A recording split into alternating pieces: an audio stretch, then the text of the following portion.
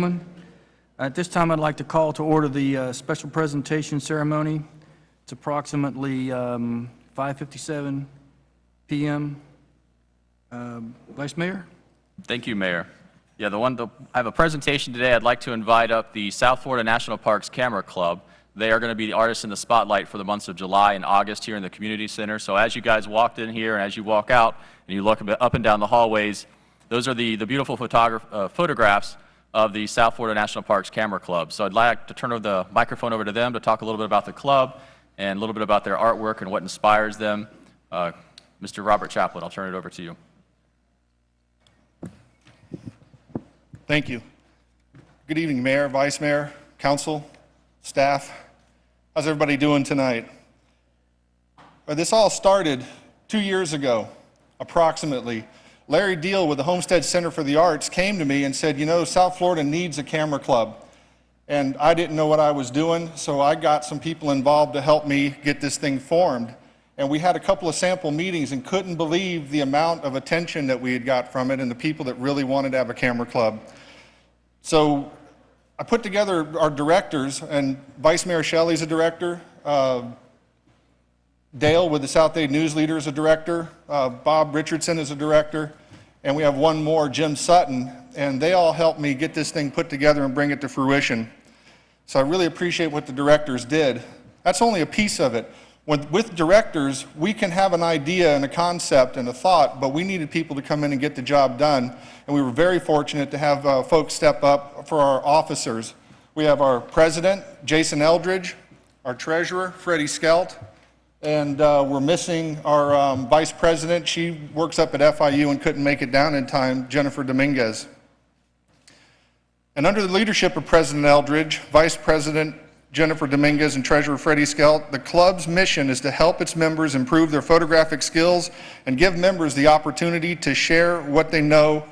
And through the use of photography, we support the national parks and local not-for-profits like the Youth Fishing Foundation. We'll go out and take pictures for the folks, and we'll put them, donate it to them to use for their whatever they need it for. The other thing, keep an eye out in the South Dade News Leader, because a lot of these photographers give work to the News Leader, and you'll find their work in there also. Membership. We have members. We have one member in Maine, and we have members that come down from Fort Lauderdale through Miami, Homestead, Fort Lauderdale, and in the Upper Keys in Key Largo. So we've got a great cross-section of members, and we meet right now. We meet at different locations, but our primary location is at the Villages Clubhouse, at the Audubon Clubhouse at the Villages, and we usually meet the first Thursday of the month. In August, it's going to be August 13th because we have a special presentation, and everybody's welcome to come out and see what we're about. Let's see, this is the first exhibit that the members have put together. We were born, it took 2 years to get it going, but we weren't actually incorporated and born until September last year, and this is our first exhibit. And we do appreciate the city of Homestead, and we appreciate the opportunity to come in and display our work in the Artist in the Spotlight program. And I think that's all I got. Treasurer, President, Director, nothing? Dale, Director, you got anything to say? You guys are the best. Awesome. Thanks. Thank you. Thank you very much.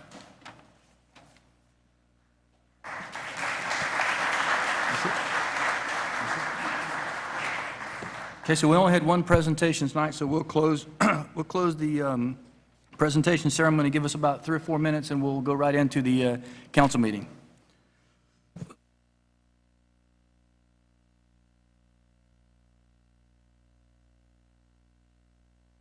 It's approximately 6:02 p.m.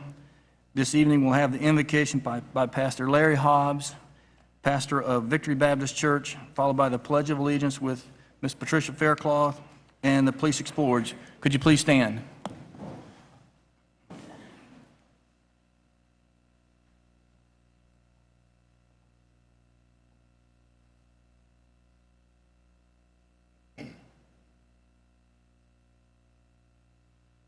I have a church filled with children tonight for Vacation Bible School, and so I'm not going to stay for the whole meeting, so don't think I'm rude, but in about 5 minutes I'm going to have a pirate hat on and a sword, and maybe in front of a bunch of kids, but I didn't want to miss this opportunity. So let's ask the Lord's blessing on this meeting tonight, shall we?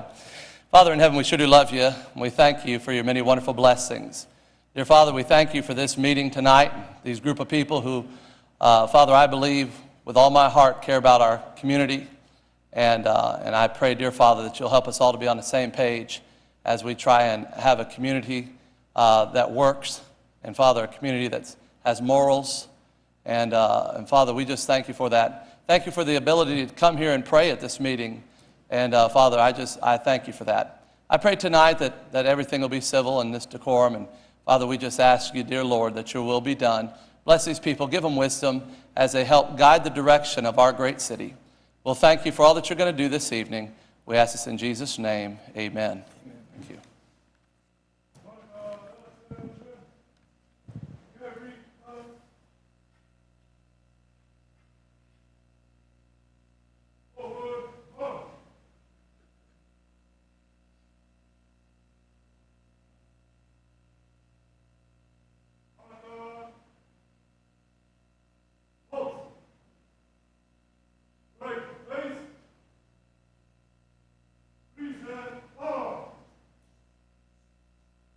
Please join me in honoring America and pledging our nation's flag. I pledge allegiance to the flag of the United States of America and to the republic for which it stands, one nation, under God, indivisible, with liberty and justice for all.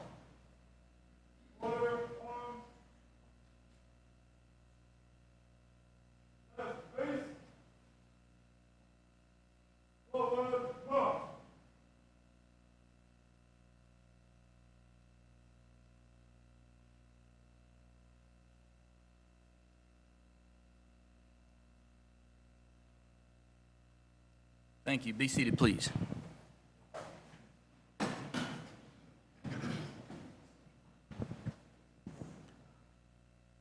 Roll call, Madam Clerk. Councilwoman Faircloth, Here. Councilman Burgess. Here. Vice Mayor Shelley, Here. Mayor Porter. Here. Item 3 is public comments. If you have any comments, come forward at this time, and respectfully ask that you keep those down to 2 minutes. Thank you.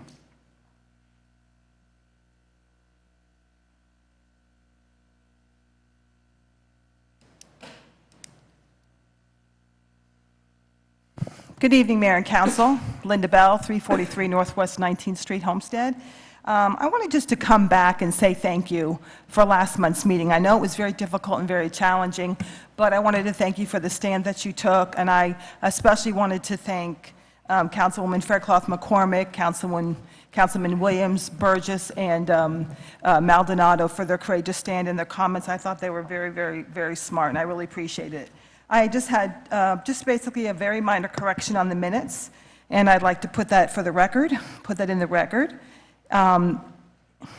Under Mayor Porter opened the public meeting, under my paragraph, Linda Bell, it said, she inquired if City Attorney Weiss had consulted with the State Ethics Commission. No, I asked if Mr. Weiss consulted with the Miami-Dade County Ethics Commission, because he had already stated on the record that he had consulted with the state, and he answered in the affirmative. And then one other very minor correction. On the very first sentence, talking about the election date, but they did provide the next available date. I didn't say the word next, I said the word first. So I just wanted to clarify that for the record. Thank you very much again. I really appreciate what all of you do. Have a wonderful evening. Thank you. Good evening. Edward Powell, 745 Southeast 18th Lane, Northgate, Homestead. A couple of things I like to do. Seems like my emails that I send to the city often either get lost or abandoned or not answered.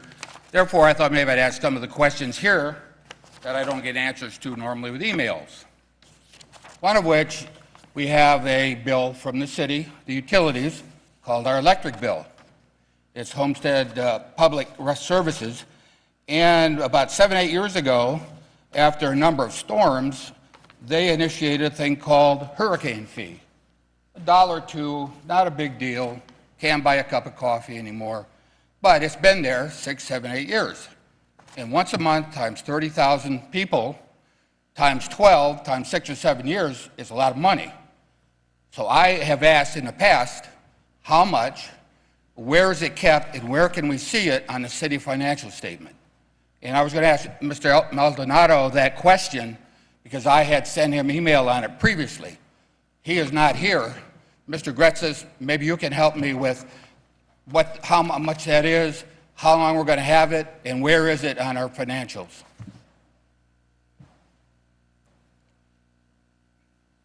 I don't have the amount, but Mr. Powell, I can give you my card, and I can certainly answer that information for you. But Well, there is an amount, and it's basically in the solid waste reserve fund balance, but I can certainly provide you that information. That was the answer 6 years ago. So hopefully this time it won't be, we'll get an answer to that, okay? Next item, if you drive along Canal, you'll notice that a new sidewalk's been put in. It's north of the villages. I think it was needed. My question is, that's a county road. Who is paying for the sidewalk at the villages? Can I ask? Is the city paying for that, or is the county paying for that sidewalk you put in? That sidewalk is being paid by the city. Actually, it's going to become part of when that roadway gets widened. That will be part of the widening process of that roadway. But there are funds, basically, it's road impact fees that are given to the city to use in county roads, and that's what we're doing with that money. Was that part of an agreement between the city and the county that we supply that sidewalk?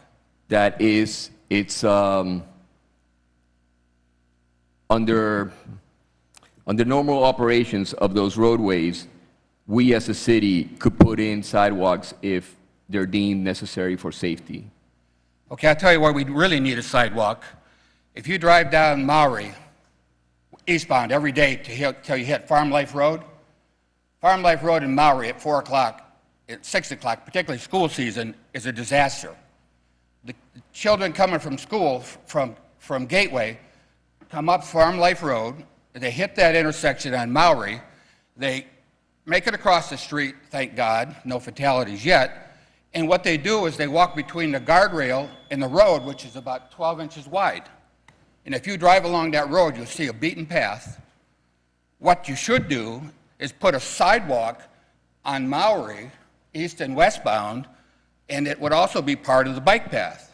The bike path ends at the canal, and there's nothing there. So if you're going to put a sidewalk in, you ought to put it where it's needed, and where it's needed is right there on Maury. We'll take a look at that. We'll take a look at that. Okay. Thank you very much. That's all I have right at the moment.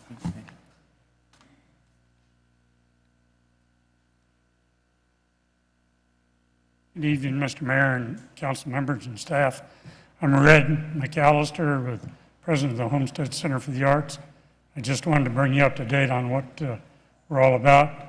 We've been meeting a couple of times with the Biscayne Park staff and trying to coordinate some things for their centennial celebration in 2016. And we will continue with our program this year with 4 or 5 Muse series. It's free entertainment in different locations throughout the city, and also our lunchtime lecture series. We appreciate the opportunity, once you get your administrator for the Seminole Theater on board, contract signed and everything. We'll be meeting with him to assist in anything we can do to keep the arts going in Homestead. Thank you very much. Thank you, sir. I'm sorry, I got a little ahead of myself. I did want to announce the Military Affairs Committee, part of the chamber, has what is called a meet and greet. It's held out at Air Reserve Base. It's been going on 3 to 4 years, and we socialize with the business community and the base. Well, we've been having particular functions and greetings. Last week, 2 weeks ago, the Fraternal Order of Police sponsored our meet and greet, and Chief Roll, and your sponsorship of that last meet and greet, we appreciate it, and really was a nice affair. The month before that, we did a tribute to World War II vets. 40 of them still alive. We had 44. Before we were done, 2 of them didn't make it. If you looked at your South Day newsleader, probably 2-3 weeks ago, there was a 2-page spread that showed that event, and what came out of that, you couldn't believe the tears, the joy, and the tribute to those vets. Now, taking that another step, August 7th is our next meet and greet. That's going to be Korean War vets. A little newer in history, a few more people alive, 60s, 70s. So what we're doing is going out and asking for Korean War vets, and if you would write down MAC, M-A-C, Homestead, at AOL.com, that's my wife's website. She does all the PR for the MAC. If you email her, she'll send you to a link that has the information and an application.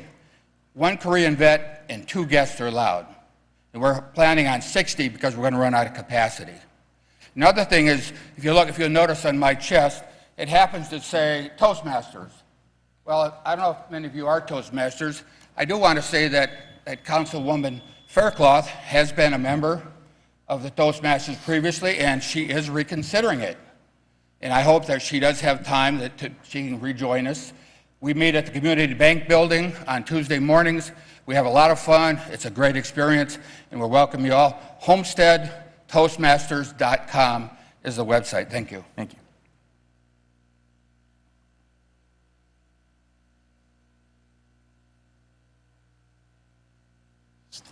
Stephen McDuffie, 139 Southeast 36th Avenue. Thank you, Mayor. Thank you, Council, for having a public comment section. I wanted to thank my Councilwoman Patricia Faircloth for pushing forward for the Lennar Clubhouse over in the Vineyards community. They finally broke ground by clearing the land, and we're fastly growing in that section of town. Just wanted to thank you again, Councilwoman, for your continued efforts and your continued leadership dealing with this issue. Thank you very much, Council. Thank you. Seeing none, anything else? Yes, ma'am.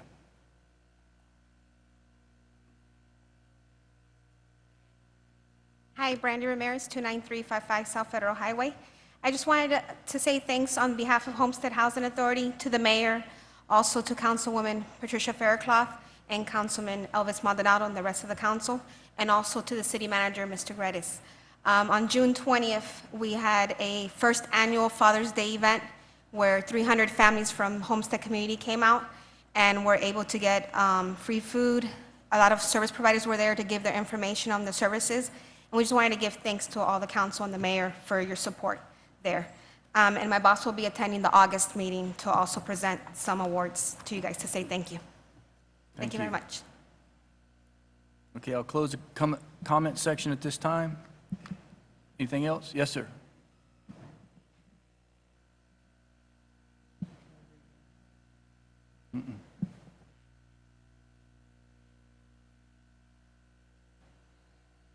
Hello, I just want to give a brief introduction. My name is Corey Allen, Commissioner of the Homestead Knights Football and Cheerleading Program.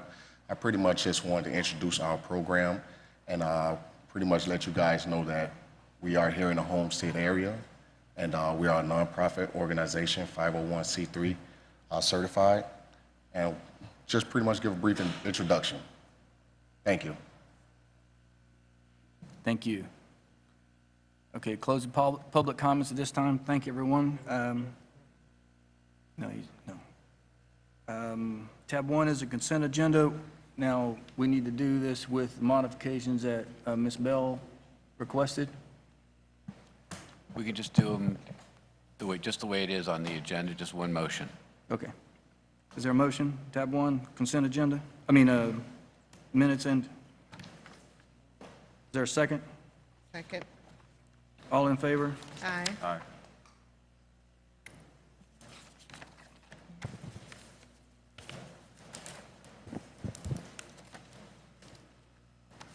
Public hearings? Yes, please be advised the following items on the agenda are quasi-judicial in nature. If you wish to comment upon any of these items, please indicate the item number you would like to address when the announcement regarding the quasi-judicial item is made. An opportunity for persons to speak on each item will be made available after the applicant and staff have made their presentations on each item. Swearing in. All testimony, including public testimony and evidence, will be made under oath or affirmation. Additionally, each person who gives testimony may be subject to cross-examination. If you do not wish to either be cross-examined or sworn, your testimony will be given its due weight. The general public will not be permitted to cross-examine witnesses, but the public may request the council to ask questions of staff or witnesses on their behalf. The full agenda packet on each item is hereby entered into the record. Persons representing organizations must present evidence of their authority to speak for the organization, and further details of the quasi-judicial procedures may be obtained from the clerk. In accordance with Code Section 2-591, any lobbyist must register before addressing the council on any of the following items. At this time, council members must disclose any ex parte communications they've had concerning any of the following agenda items. Hearing none at this time, I'll ask the clerk to swear in anyone who wishes to testify. Please stand and raise your right hand and repeat after me. I, please state your name, hereby swear or affirm that the information I present shall be the truth and nothing but the truth, so help me God. Thank you. You may be seated. Tab 11 is the first reading of an ordinance of the City of Homestead, Florida, approving an amendment to the previously approved Crystal Lakes Plan Unit Development PUD Master Development Plan to permit all retail commercial zoning district B1 permitted uses on an approximately 1.069 acre parcel located within the Crystal Lakes PUD at the intersection of Southwest 312th Street, Campbell Drive, and Southwest 147th Avenue, as legally described in Exhibit A and providing for an effective date. This is first reading. Staff report, Joe? Yes, sir. Yes, sir. We recommend that you approve the amendment to the PUD. Back in 2004, this had come in. A PUD consists of about 60 acres at Crystal Lakes, half residential, half commercial.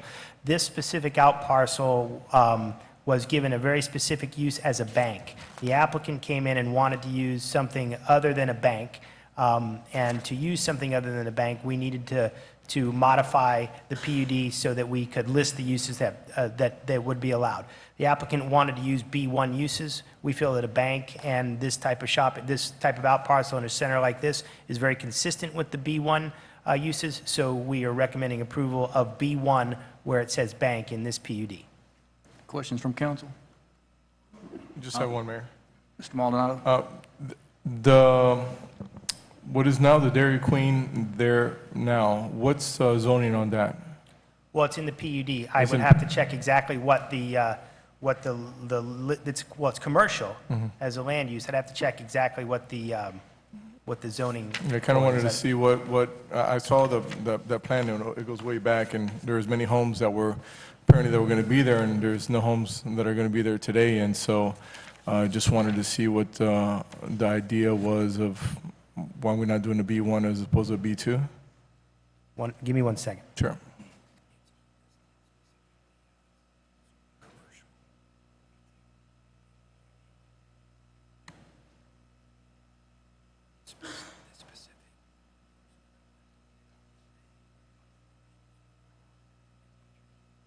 Those things are listed as commercial or retail.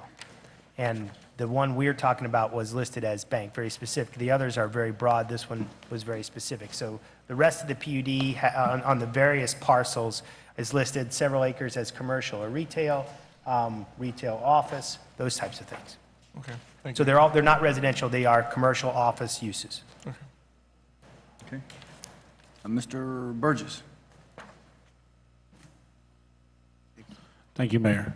To Mr. Coordinator, this is basically just, it's still going to be restricted in the B1 category. Yes, it's sir. just that instead of being only to build a bank there, they're going to be allowed to bring in some kind of other business or a building that Yes, sir. would Any of fit the into that uses- category. Any of the uses in B1.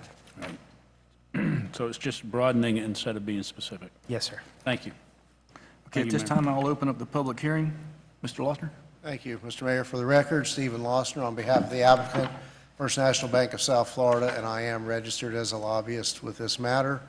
I thank staff for their help and guidance through this process and ask that you adopt their recommendation of approval. If there are any further questions, we'd be happy to try to address them for you. Okay, this is a public hearing. If anyone would like to speak for or against this application, you're more than welcome to come at this time. Seeing none, I'll close the public hearing. Any final comments from council? Is there a motion? Moved and seconded. Roll call, Madam Clerk. Councilman Burgess. Councilman Maldonado. Yes. Councilwoman Fairclough. Yes. Councilwoman Wallman. Vice Mayor Shelley. Yes. Mayor Porter. Yes. The motion carries. Thank you, Mr. Loeffler. Thank you, Mayor and Council. Tab 12, Yes, tab 12 is a resolution of the City of Homestead, Florida, approving the vacation of a public right-of-way alley generally located south of Southwest 2nd Street, north of Southwest 4th Street, east of Southwest 5th Avenue, and west of Southwest 4th Avenue, reserving to the city all rights over any needed public utility easement as legally described in Exhibit A and providing for an effective date. report from staff. Yes, sir. We recommend you approve the vacation of this right-of-way. We were directed to undertake this in April of this year.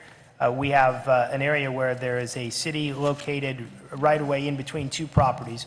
We researched it and found out that that we could vacate that right-of-way. There was nothing that get in our way. We work with utilities and public works. The only issue that we have is we want to maintain it as a utilities easement so that so if there is anything that goes wrong out there, the utility companies can come in and fix the problem and then get out. So there should be no hindrances with doing this, nothing that would get in our way. We're recommending approval.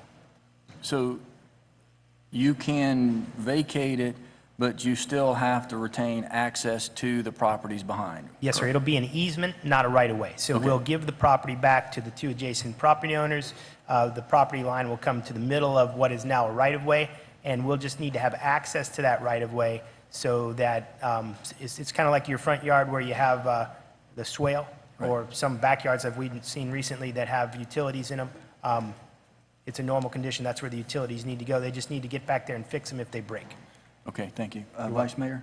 Yeah, just clear. I think I remember this conversation when we had it. And I thought at the time there was property owners that were looking to actually shut off access, build up fencing, something there to prevent ingress and egress on that particular parcel. So you're saying that that is okay or not okay, or they're having to provide? So I just want to make sure I understand. They can build a fence. They if the As long as utilities there's a break, gate. somebody needs to get back there and fix it. So they got to get back behind the fence, go in there and dig or whatever they need to do. So And what will the process be? You guys will work with those particular property owners as far as making sure there still is access for our bucket trucks or whatever the case might be? yeah, we'll have to approve any fence permits that happen back there, and we'll make sure that there's access, available access when they come in for those building approvals. Okay, because that was my biggest concern about the vacation of the right-of-way, was just making sure that our employees could still access, the infrastructure if we had to, so that, they go down, something to that effect, and there's no way to access it because there's no ingress and egress. So as long as you guys are comfortable with it, I'm okay with it, but that's just, I want to make sure it's on the record. Yes, sir. Okay. Mr. Burgess? Thank you. I would just like to make the suggestion that we reach out to those people that back up to that property and send them some kind of notice to let them know that they do have to come in for a permit, first of all, because people will build a fence around town without building a permit, and let them know that there are restrictions when they do it, so that when they're planning one, they know that. So I would make sure that we want to get ahead of the curve there and reach out to these folks and let them know what their rights are and what they're allowed to do back there before they come in, and then we have them standing here at the podium saying that they've spent money on a fence and they can't afford to go back and redo it. So let's kind of reach out and be ahead of the game here with them instead of behind it. Will do. Thank you. Thank you, Mayor. Okay. Mayor? Yes, ma'am. I'm Ms. sorry, Wallman? I've been here the whole time, so I just Sorry, didn't know whether you could I didn't know you were there. I just wanted to clarify on what Mr. Burgess just said. Wasn't staff going to do that, contact the owners around that fence? Wasn't that part of our discussion before, or? I don't recall. Joe, No, we haven't. I don't believe we've contacted anybody out there yet. We've looked at this and figured out we could vacate the right of way, and we Okay. can. But there was nobody, were the people noticed? We did notice them through Oh. for this hearing. Yes. Okay, that's what I wanted to know. Thank you very And then much. call him. Thank you, Mayor. Okay, this is a public hearing. I'll open up the public hearing at this time. If you want to speak for or against this, obviously you can come forward now. Seeing none, I'm going to close the public hearing. Any final comments or questions from council? Is there a motion? Is there a second? Moved and seconded. Roll call, Madam Clerk. Councilman Maldonado. Yes. Councilman Burgess. Councilwoman Fairclough. Yes. Councilwoman Wallman. Yes. Vice Mayor Shelley. Yes. Mayor Porter. Yes. The motion carries. Tab 13, Is tab 13 is a resolution of the City of Homestead, Florida, approving an amendment to a previously approved special exception requested by Joe's Junkyard, Inc. to permit the storage and handling of incidental petroleum liquid products in conjunction with the recycling and transfer facility located at 151 Southwest 12th Avenue as legally described in Exhibit A and providing for an effective date. Staff report, Joe? Yes, sir. We recommend you approve the amendment to the special exception. What happened here was, in our special exception language, we put the caveat that they have no hazardous materials on site. As part of Joe's Junkyard business, they take in automobiles and things of that nature, and as an ancillary issue, what they do, they drain the fluids out of those pieces of equipment. So they need to have these tanks to be able to do that. They went to Durham to get a permit. They found out that Durham said, we can't permit you because we have this provision in the city, a special exception that says no hazardous materials. So to get them the ability to do that, we have to change this so they can, we have no problem with it. We think it's a very important part of what they do. The issue is that we don't want them trading in petroleum products, meaning collecting those oils from other places, bringing them to their facility, and then selling them. They're recycling engines, and they're doing this as an ancillary part of their business. We're comfortable that the size of these tanks are appropriate. Durham is comfortable with the whole thing, and so we're recommending approval. Thank you, sir. Mr. Burgess? So Durham has given not the full blessing because we have to give it first, but they are okay with it? Yeah, they're as fine. far as the discussions and letters that you've seen? Yes, sir. Is the applicant here or anybody representing them?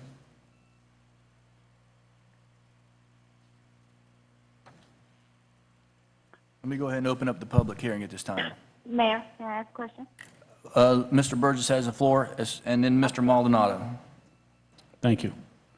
My question is, how often do you think these will be full and pumped out? Is it a weekly process, a monthly process, or how often does something like this get taken care of? They've been requested by the county to have them pumped out every 90 days. 90 So days. it'll be every month or every 2 months. Okay. And Joe, are we going to have, do they have to have these obviously behind their walls, but do they have to have anything else around them as far as for safety or? They have and Durham's permitted all this, or is permitting all this stuff. So they have a concrete, I believe, barrier that's more than the capacity of the size of the tank. So in case the tank breaks, it floods into this concrete retaining barrier, and it keeps all the stuff on site. What do they do underneath them to keep the seepage out of the ground? That has to be built in? Yeah, that's built into the retaining barrier that goes around the tanks. Okay. And Durham will make sure that all that stuff is to their standards so that we don't have any environmental issues. Okay. Thank you, Mayor. Mr. Maldonado? Thank you, Mayor.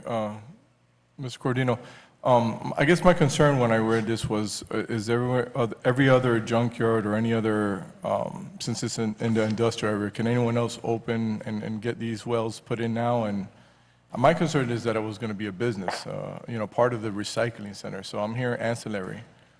Correct. It's ancillary. So as recycling the engines mean they get engines, and gosh only knows what's in them, but they take out whatever fluids are in them, and they need to put that fluid somewhere. So they, instead of just a regular old 55-gallon drum, we have these.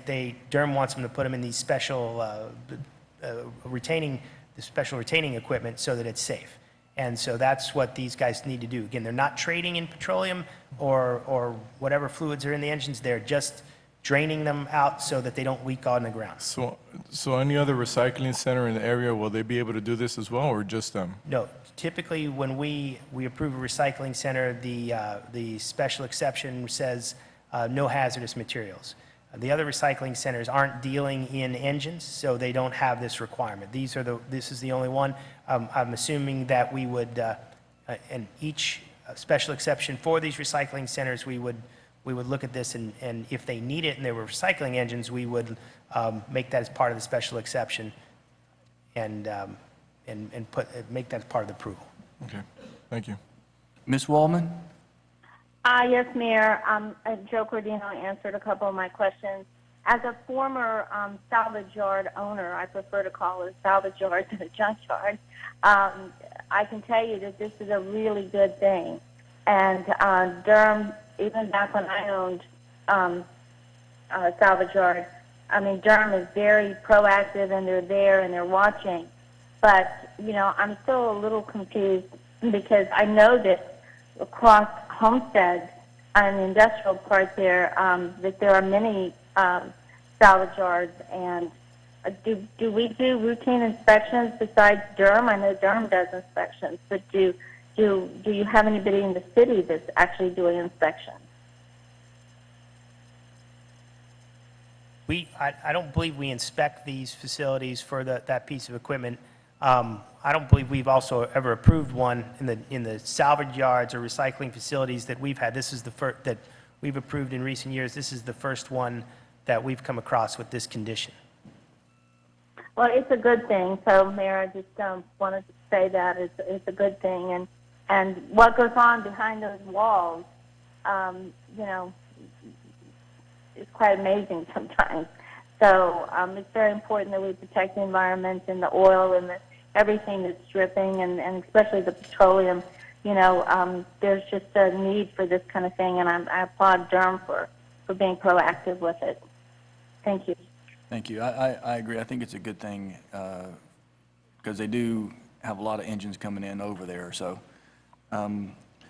this is a public hearing. I'll open the public hearing, and I did open up the public hearing. Anything else, sir?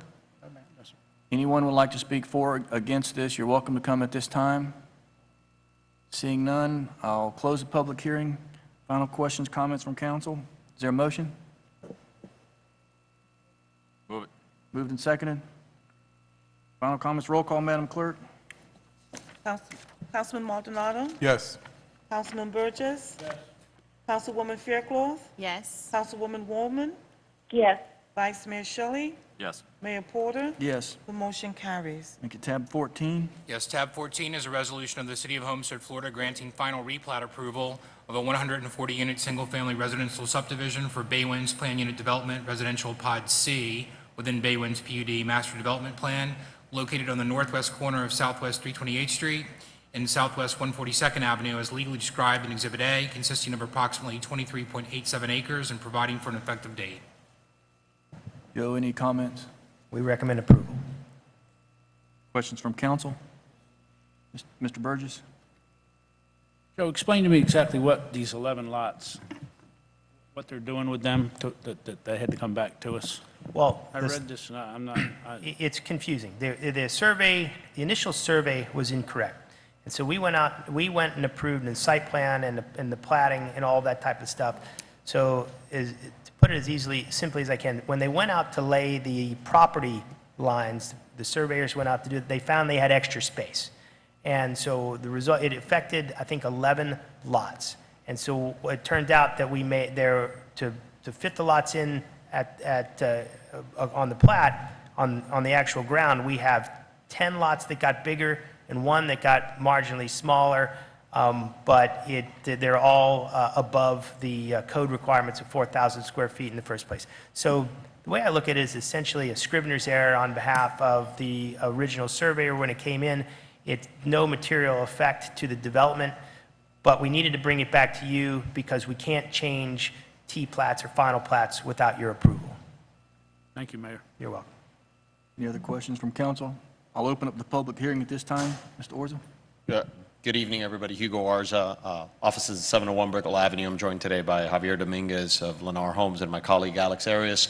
I won't venture a different explanation than Mr. Corradino's because that's as straightforward as it is. It's just a scrivener's error. Your code requires us to come back and ask for approval. We're happy to always come down and see all of you and hope we can get your approval. Thank you. Okay, this is a public hearing. Anyone would like to speak, you're welcome to come at this time.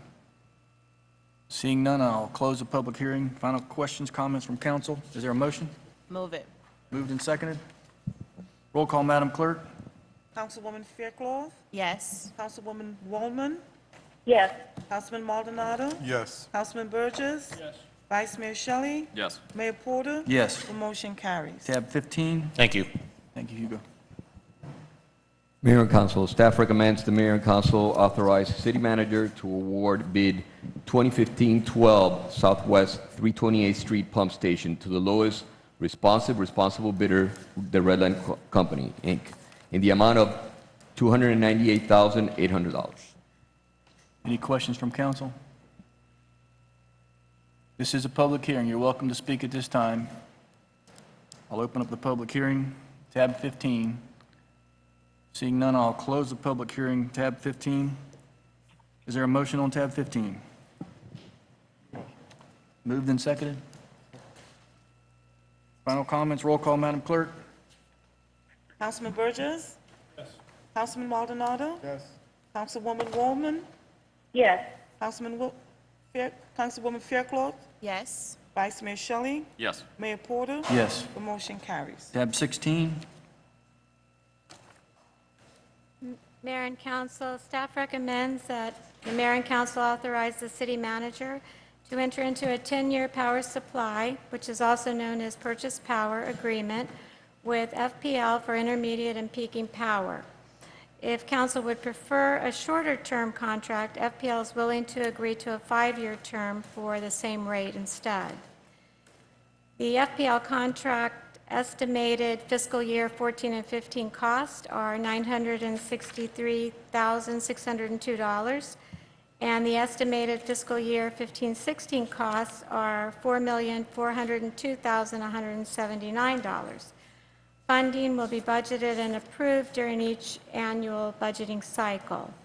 As I'm sure you recall, on June 17th, 2015, staff was given direction to negotiate with the top 3 ranked respondents to the city's request for power supply options. The contract with FPL represents the first of 3 contracts.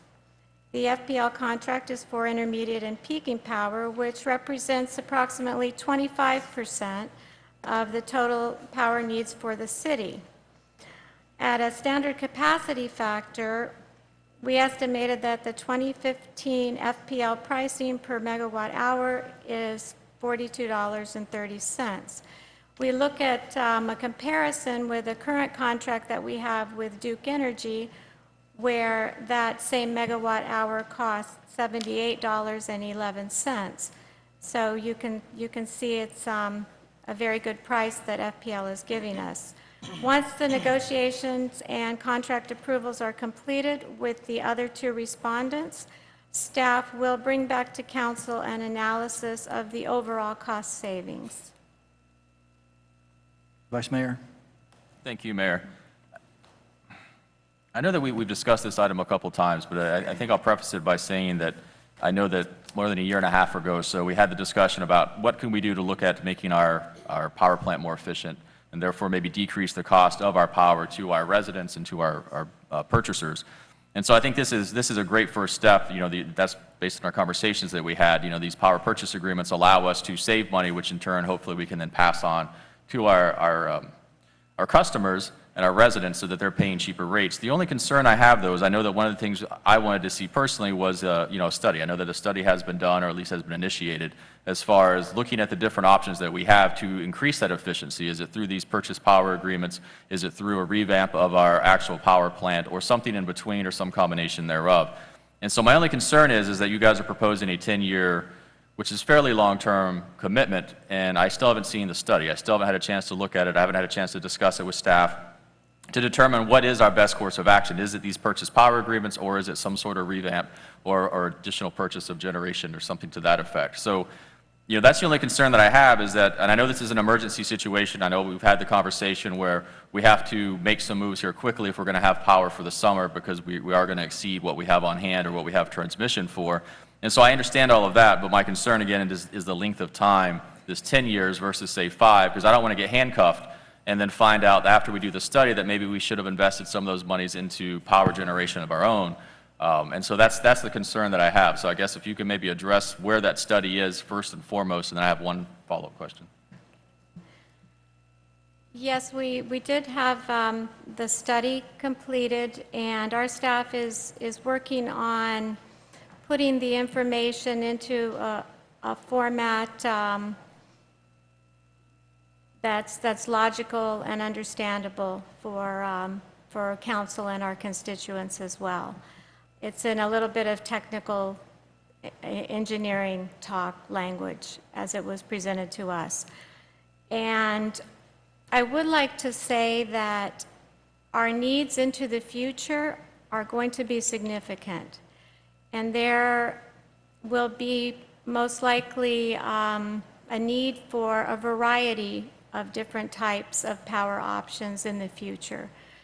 So that is something that we want to first discuss with the city manager and get his thoughts on what is the best thing to take to council. But the FPL contract, 5-year, if we go with the 10 years, which is what myself and my staff recommend, in 5 years from now, we're going to have a need for an additional 40 megawatts of power at a minimum. And the FPL contract, that's with the FPL contract in place. We will still need that much additional power on top of what we currently have. So there is plenty of room for a variety of options to be reviewed and for council to discuss them. Okay. Yeah, and again, I understand that. It's just my concern is making a decision up here without all the information in front of me. And so I'm just uncomfortable with that, committing to that, even though I know what you're saying, but I still would like to see that study. I would like to actually see that analysis and have that discussion versus just saying, take the 10 years or so. So that's my concern with the 10 years versus the 5. Also because, I know that the cost of power may fluctuate, so it may be higher, in which case that's where the 10 years comes into play. It's more advantageous. Or it could be lower, in which case it'd be great if we then didn't have a 10-year commitment because we could then do something less. So I guess my other question is, I know I spoke with Rick about this, and that was, is there a way to do an option contract where we do 5 years with an option to extend it for an additional 5, and that way we get the best of both worlds, where essentially we can lock in that rate for a long period of time, but we have our out if after we get our study, after we do our analysis, we determine that there's something else we want to do. Have we gotten any answers from them on that? Yeah, yes, we have. I'll speak, but we do have the representative here from FPL, if you would prefer to hear from him. Either way, just whoever can answer the question on whether that's an option, because that would be more ideal for me, because then we can still have the 10-year agreement, but we have that 5-year option where we have the option to make other decisions after we have more information. Mr. Well- Manager, did you want to say something, Mr. Manager? Well, I wanted to address the first part of it, which is the study. I know Barbara mentioned that it's technical in nature, but the other big issue for us was the initial draft that came in was a comparison, because what we asked for is buying these machines, which cost about $1 million per megawatt. So if you need 2 or 3 machines, you're talking about the potential of $30 to $40 million. And so before we come to you and say, please, may we have $30 to $40 million, what we wanted to do is have the consultant tell us, okay, what's the difference in cost between producing our own versus purchasing? And the initial analysis that came forward was an analysis of buying the machines and producing our own versus the prices that we have with these old contracts that are extremely expensive and are not based on current market rates. So what kind of has delayed the finality of that study was I asked them to go back and do an RFP to see what the market bears currently, and what we suspected turned out to be very true, and which is that the difference in price is dramatic between what we've been locked into versus what we currently can get. And then the last piece to that is, now that we have these new numbers, take these new numbers and plug them into, if we bought the machines, now let's compare the current prices versus the new machines. And so we don't really have any objection to 5 years versus 10. The reason we wanted to offer the 10 years was because the rates are so good that it's sort of like, it's hard to imagine them being any lower than they are now. So the idea was, we're going to need so much more power anyway, let's lock them in and then deal with the excess amount with when the study is completed. And then the answer we got in terms of if we do 5 years with a 5-year option, it's just that the prices for the next 5 years, for the option aren't guaranteed for this rate. So it's really, it's basically a gamble either way. You can lock in these rates and risk potentially 5 years from now finding out that maybe you can get something cheaper. Sort of like what we have currently now is we have these long-term contracts that are extremely expensive and we can't get out of them. somebody took that gamble way back when and said, let's do it that way, and it turns out now, after the fact, years, it may have been a good decision back then, but now it doesn't look as smart. Or on the other hand, you can go ahead and just do the 5 years, and then when you're up for renewal, you find that the rates that you could have gotten were, a lot cheaper than what you're going to be offered in the future. It's very much like a 5-year mortgage or a variable mortgage versus locking it in for 30 years. And so my student loans are 9%, and I've been paying them off, and people now are getting them for 3% and 4%. So at the time, 9% seemed pretty reasonable, and today it looks pretty crazy. So it's really your choice, and it's a judgment cost. Barbara, anything I missed in terms of the 5-year option? No, I believe you covered it, and the fact is that FPL said they would give us an option to renew, but not at the current rate. It would be whatever the rate looks like at that time, and George covered And the only that. other piece to this puzzle, which we haven't discussed, is we have 2 other entities that we were given the authority to go negotiate for other tiers of power.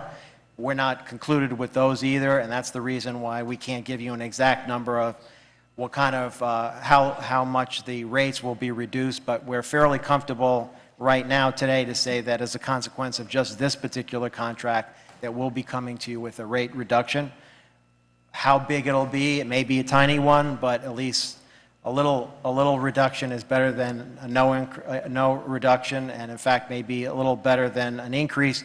However, it's your judgment in terms of short-term or long-term here. Right. And I understand everything as far as the balance and the risk and everything. I think my biggest thing is just the fact that I've asked for the study. I know we've asked for the study as a council, and I still haven't seen anything. So it's been a while, and I'd like to see personally firsthand, so that when I get these questions, 'cause I do get questions a lot by my constituents about what's going on with the power, and my answer always is, well, they're in the process of doing a study, and at some point they get tired of hearing they're in the process of doing a study. And so my biggest concern is making that decision kind of in a rushed manner, even though I understand that chances are we probably will need this power at that time, but at the same time, I haven't seen anything with my own eyes. And so that's where my concern is more so about wanting to see that before I have to make such a big decision, because at the end of the day, I mean, you're talking, $5 million commitments, and that's without actually buying any power. That's just the right to have the power, so to speak.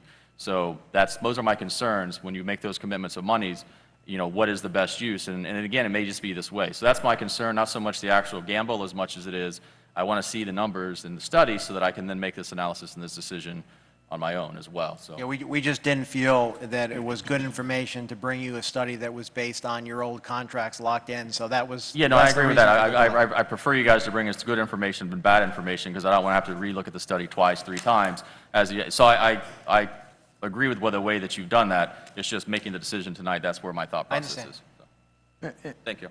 And on the heels of the Vice Mayor's comment, on paper, 10 years, this is roughly a $44 million contract, right? That's what we're talking about, $44 to $50 million contract. So there's a lot of money at stake here, and I go back to exactly what you guys have said. How long were we in the Duke Energy contract at 7811? How many years was that?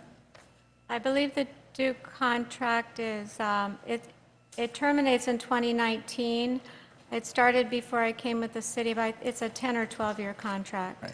I know from a historical viewpoint that a lot of these contracts that we were paying exorbitant amounts for were because we committed, even back during the fuel crisis, when everybody was scampering around trying to gobble up whatever they could. And those long-term commitments have hurt us long-term. And that's my fear, and I think kind of what the Vice Mayor is saying. We're sitting here, we're talking about committing to $45 to $50 million. It's a lot of money, and we're probably one of, 5 cities in the state of Florida that have a permitted facility to generate power from. If there's a shortage in the grid in the state of Florida, does that make us more valuable or does that make us less valuable? Do we get into a situation where we make long-term commitments? Does it eliminate our ability to invest? So there's a lot of things on the table here that is very, very confusing, and it's huge, huge numbers. And I think you've got my opinion is, as one person, committing to something for 5 years and leaving all the other doors open. Because some of the other contracts that we're talking about, they don't even generate yet. They're a pie in the sky even less than we are. We are real with our own generation plant. The question of Miami-Dade County, they're trying to build one. So there's just a lot of confusion with this issue, and I know you've got to have some power. That's why my gut tells me if we went for a shorter term, lock something down shorter, it doesn't box us in. Intermediate, what is it intermediate and peaking? What is the difference? What are they both? There are three types of power. You have base power, which you run pretty much all the time to meet the base needs of the community. Then intermediate power is needed when that load starts to, when the electrical demand starts to go up. Peak power is what's needed just for a brief period of time when you are at your peak electrical demand. And different resources are used to generate peak power versus intermediate versus base. And we peak power, we sell our power at peak rates when we generate, correct or not? If we have available power to sell, we sell at peak rate, right or no? I'm not sure I understand the question. We generate power. Yes. Do we sell any power outside the city, or do we use it all here now? Because we used to sell. Currently, we use everything we generate. We haven't sold in a few years. Okay, because the units are down. We have less units running. We have not had the capability to sell. Okay. All right. Any other questions? I'll open up the public hearing at this time. Anyone like to Mayor? speak? Yes, ma'am. Oh, Ms. Wallman? Go ahead. Yes, please. I just wanted to reiterate what the mayor just said, and Vice Mayor. I remember that Duke contract, and I find it very sad that we aren't selling any power because, that's where we really built our funds up, when we were able to generate that power and sell it. I think there needs to be a huge study done on the power plant. We need to really analyze it, see what we've got, see what we need to do, see what the future holds. But I just wanted to put it on the record that I wouldn't feel comfortable doing a 10-year lock-in right now. I mean, even 5 years is a little long without the study that I too would like to have seen. But I just know, and Mayor, you know that you were there with me when we used to sell that power. We had a lot of revenue to our city coffers. So I just wanted to put that on the record. Thank you. Thank you. Okay, this is a public hearing. I'll open up the public hearing at this time. Mr. Penicky? Yes, my name is Jerry Penicky. I live at 480 Southeast 23rd Lane here in Homestead. And what I'd like to tell the council is I would like to try to help you work your way through this. I've been in the power generation industry for over 35 years. I'm not a power purchase guy. I don't know that, but I've had to deal with contracts with that. And if you listen, I'm sorry, miss, I can't remember your name, I apologize. But there are different levels of power, and those costs are variable costs. And then when you throw in reactive power, it's really hard to figure out. So you have to understand what the range is going to be. You can't say, this is what you're going to pay, and it's going to be one number. Because I guarantee you that, somebody's going to go down, and it's going to cost more money. If Turkey Point, one of those big behemoths over there, go down, they're going to have to purchase power, and it's going to cost you more power depending upon how your contract is structured. And that's what you have to know. What is it that's going to get you when something changes, when it's not normal? I'd like to help you with that.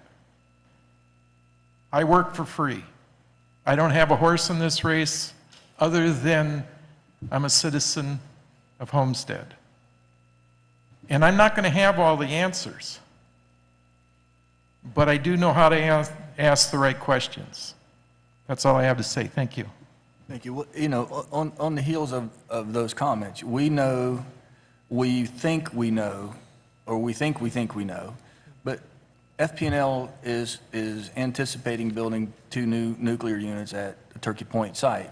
That build out is many years, you know, 10 years, 8 years, I don't know, turn on, turn off, that's just, so that's, assuming that both units, 3 and 4, whatever their numbers are, stay up to capacity, their old units, are they going to be recommissioned or decommissioned? That's why my question is, and I think maybe the question up here is, to spend $40 million, $50 million, $60 million, could we do it ourselves? We're spending that money, we're in essence spending that money tonight. I know we need power, but being able to generate your own and be self-sufficient has kind of been Homestead's model for a very long time. And as we go forward, if we handcuff ourselves, just want to make sure we don't handcuff ourselves so that we can't make a decision, if need be, to purchase machines. And I know that's a huge question. It's what, $1 million a megawatt, right, is really what it costs. So we're how short? 40 megs, 50 megs? So we're still talking the same numbers. We're still talking $40 to $50 million. The question is, do we buy our own? How many years does it take? So you see the dilemma that we're all under. There's only one important distinction, and I think we all agree we need a 5-year, I think. And so it's a function of whether we should go 5 years or 10 years. Right. And we're not really committed to one position or another. But in terms of the comparison, it's $1 million a megawatt to buy the equipment. Operational costs is significant. So it's not really 50 million versus, it's not, that comparison is a little different. So as you look at the numbers, under the old rates, buying the equipment seemed to be, on paper at least, the better choice. But as you factor in the new numbers, that's what we want to see, and we suspect that the numbers won't be as clear at that point. And then it's more a philosophical decision, which you should really have the philosophical discussion of self-sufficiency and what that's worth to you. But in terms of, you know, if we don't do this, we'll be able to buy, you know, $50 million worth of machines. That's just only a half of the equation. The other half is the operational cost. All I'm asking for my edification is that we are not going to do something that boxes us into a corner, that limits our ability to make a decision 2 years from now, 3 years from now, to do something with regards to maybe purchasing.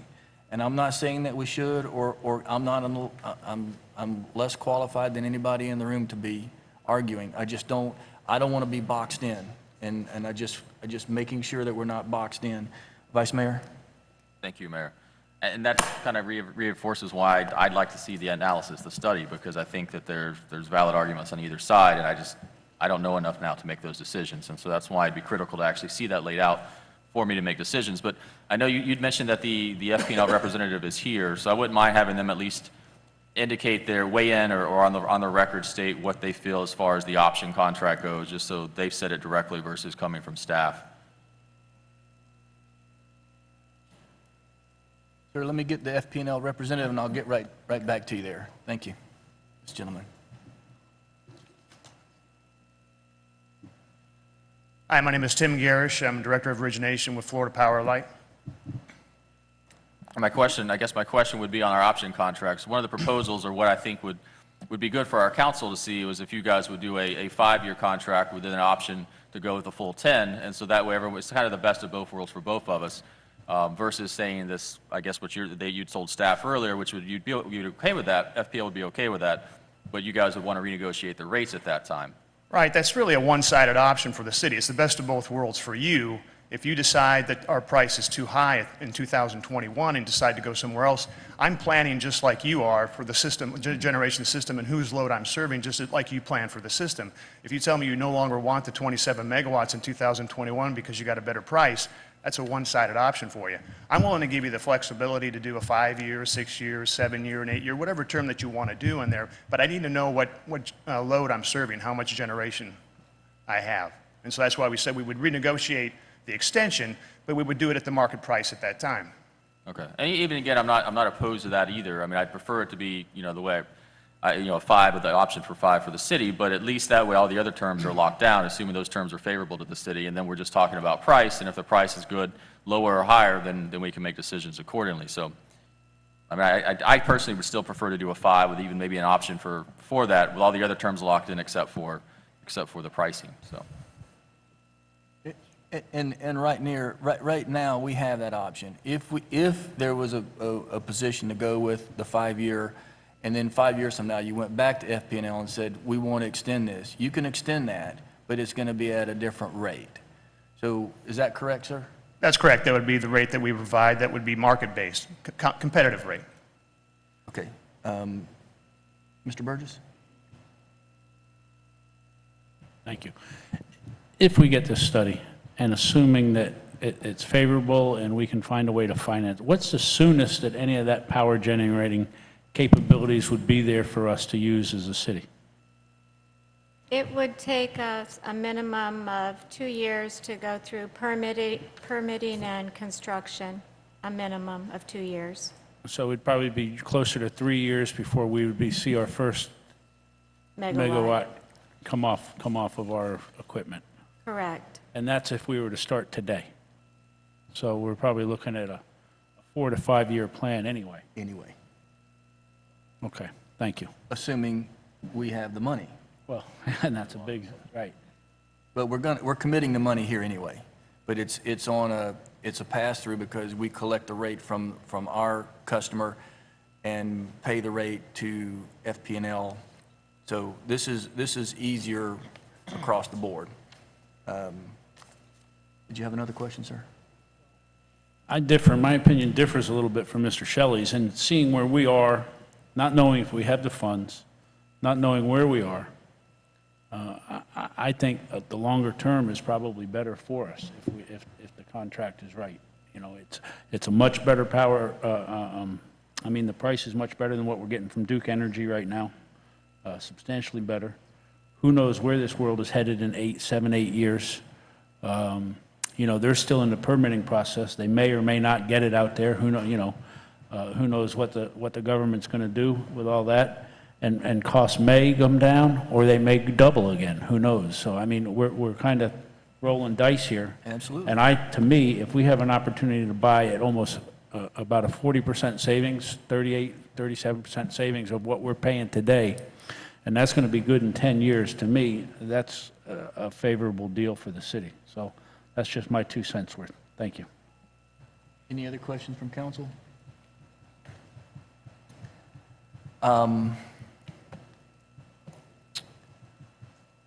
Okay, so we got 2 questions.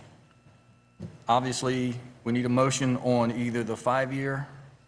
Look, this is a public comment section. If you'd like to ask any questions or put anything on the record, you're welcome to at this time. Yes, sir. I'm sorry, we forgot. Please come forward. Mr. Mayor, Council, if I may, some statistical data that I would like to pass to the council. Could we get your name and address for the record, please? It's Willie Wamble, 1111 Adams Avenue. Mr. Mayor, is there a need to hurry this decision at this point in time? That's what I've been led to believe. So staff, could you respond?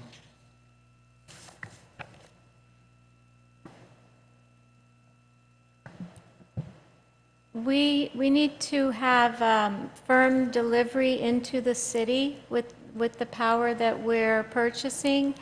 This agreement will give us a firm delivery of power into the city. We do not currently have the agreement for firm power for all of the power that the city needs. So without this agreement, there is a small risk that we would not be able to receive the power that we need into the city. So that's why we would like to put some form of agreement in place so that we can meet the very high electrical demand that we see in August with all the heat. So if this contract that you're speaking of now won't take place for another few years, is that, if I read that correctly?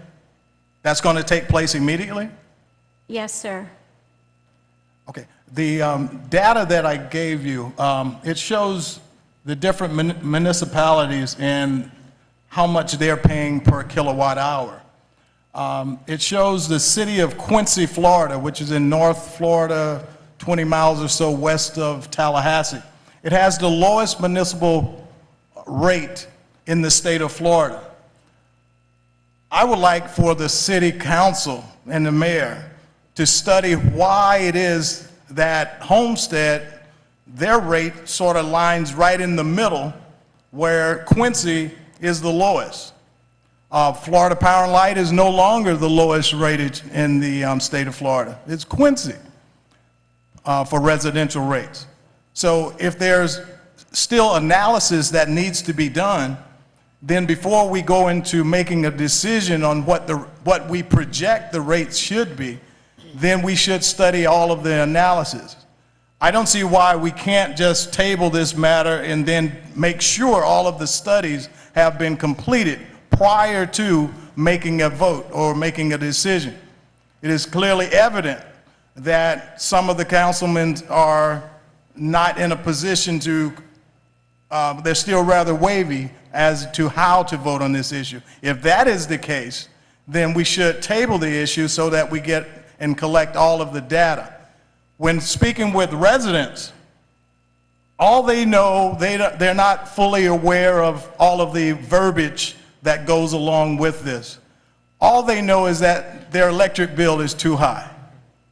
And they wanted to know why it is that one side of the city who has Homestead Electric is higher than the other side of the city who has FP&L.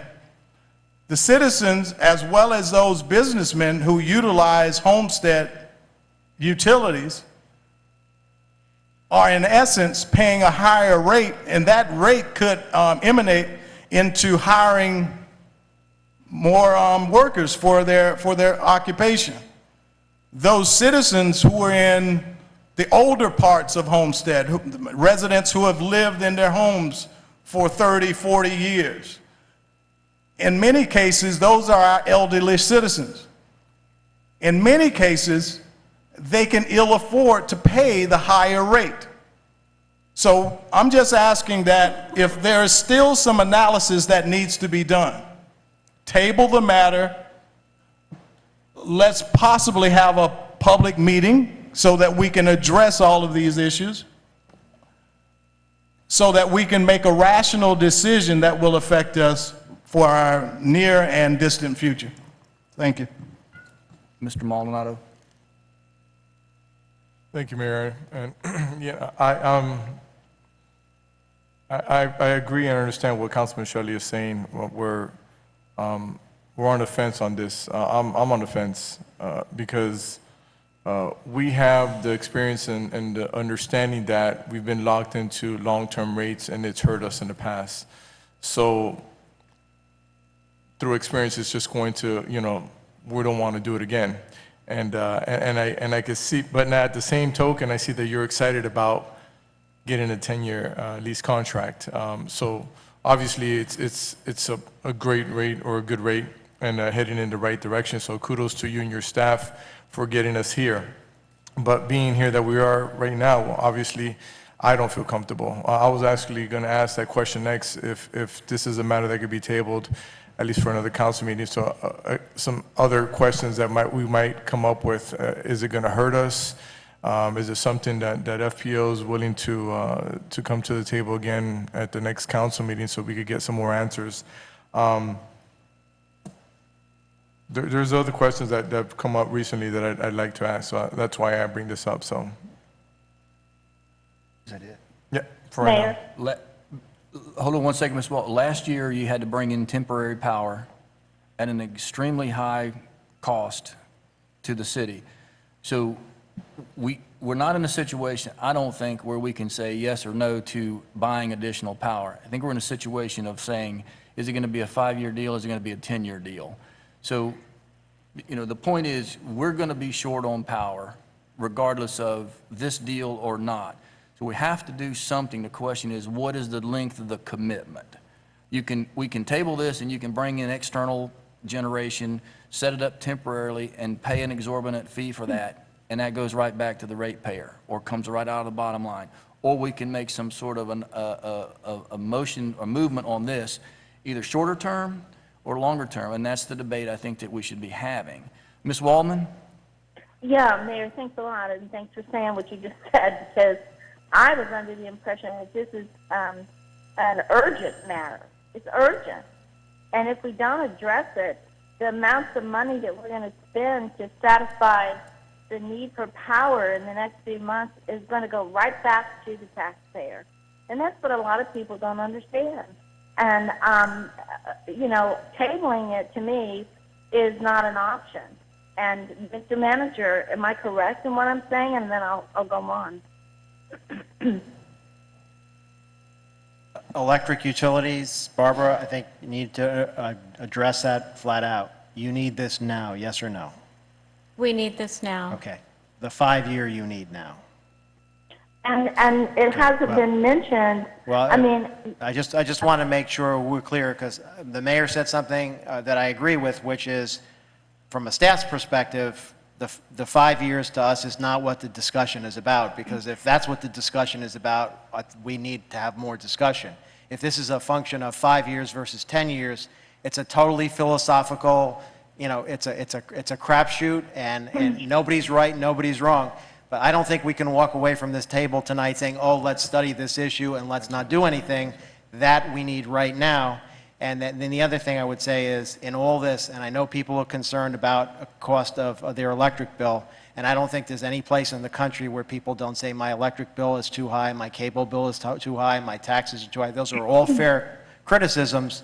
The headline tonight is, with this vote, electric rates are going to go down. So I hope we're not burying the lead here, which is we're going from $78 to $42 in cost on this particular tier of power.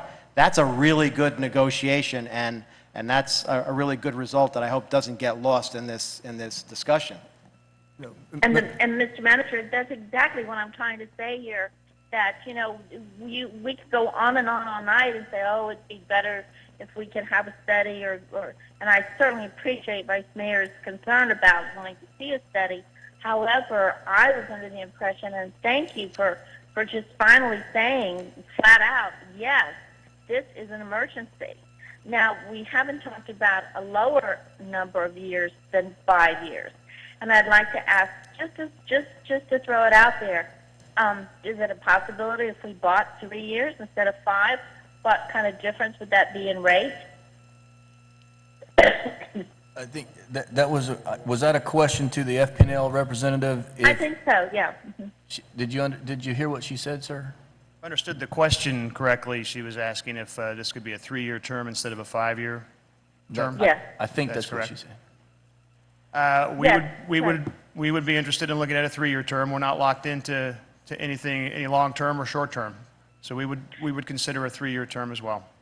Would you consider a 3-year term at the same price with the 2-year option to make it the 5 years?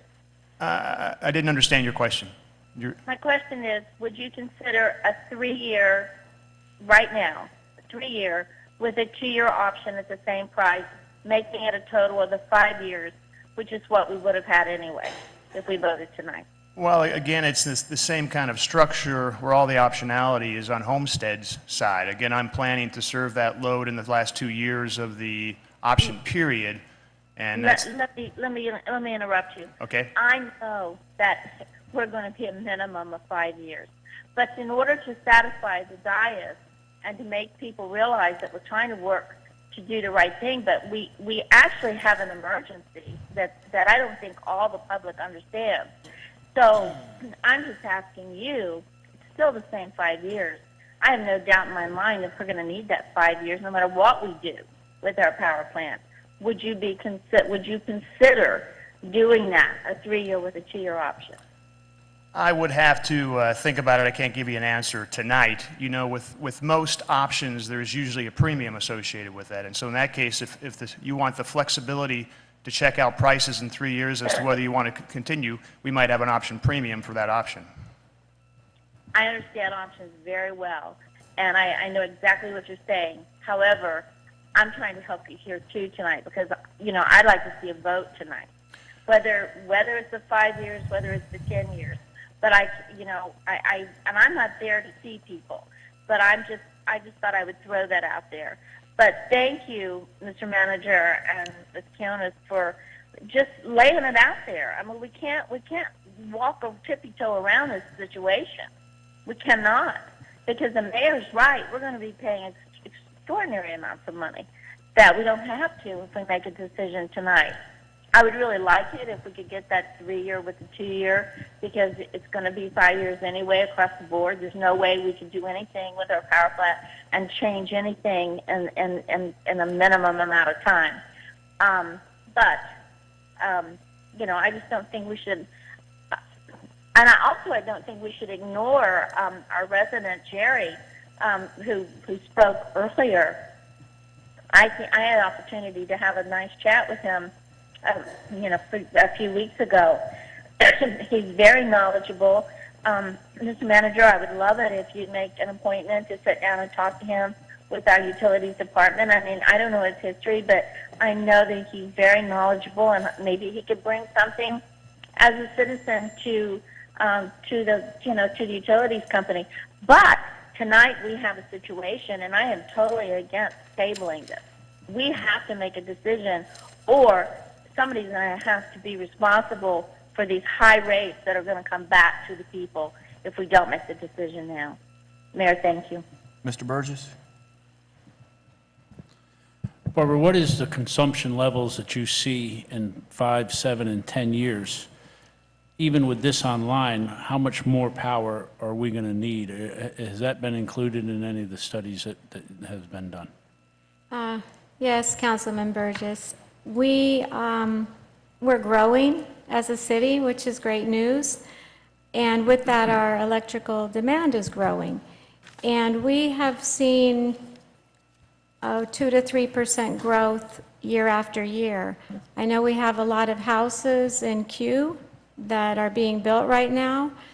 In the next 5 years, currently we have a need for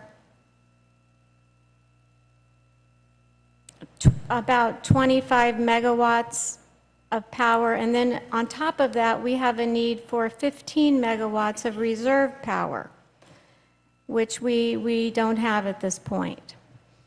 In 5 years from now, we're going to have that same need of the 25 and the 15, but we're going to need an additional 42 to 45 megawatts of power in 5 years, on top of what we currently need.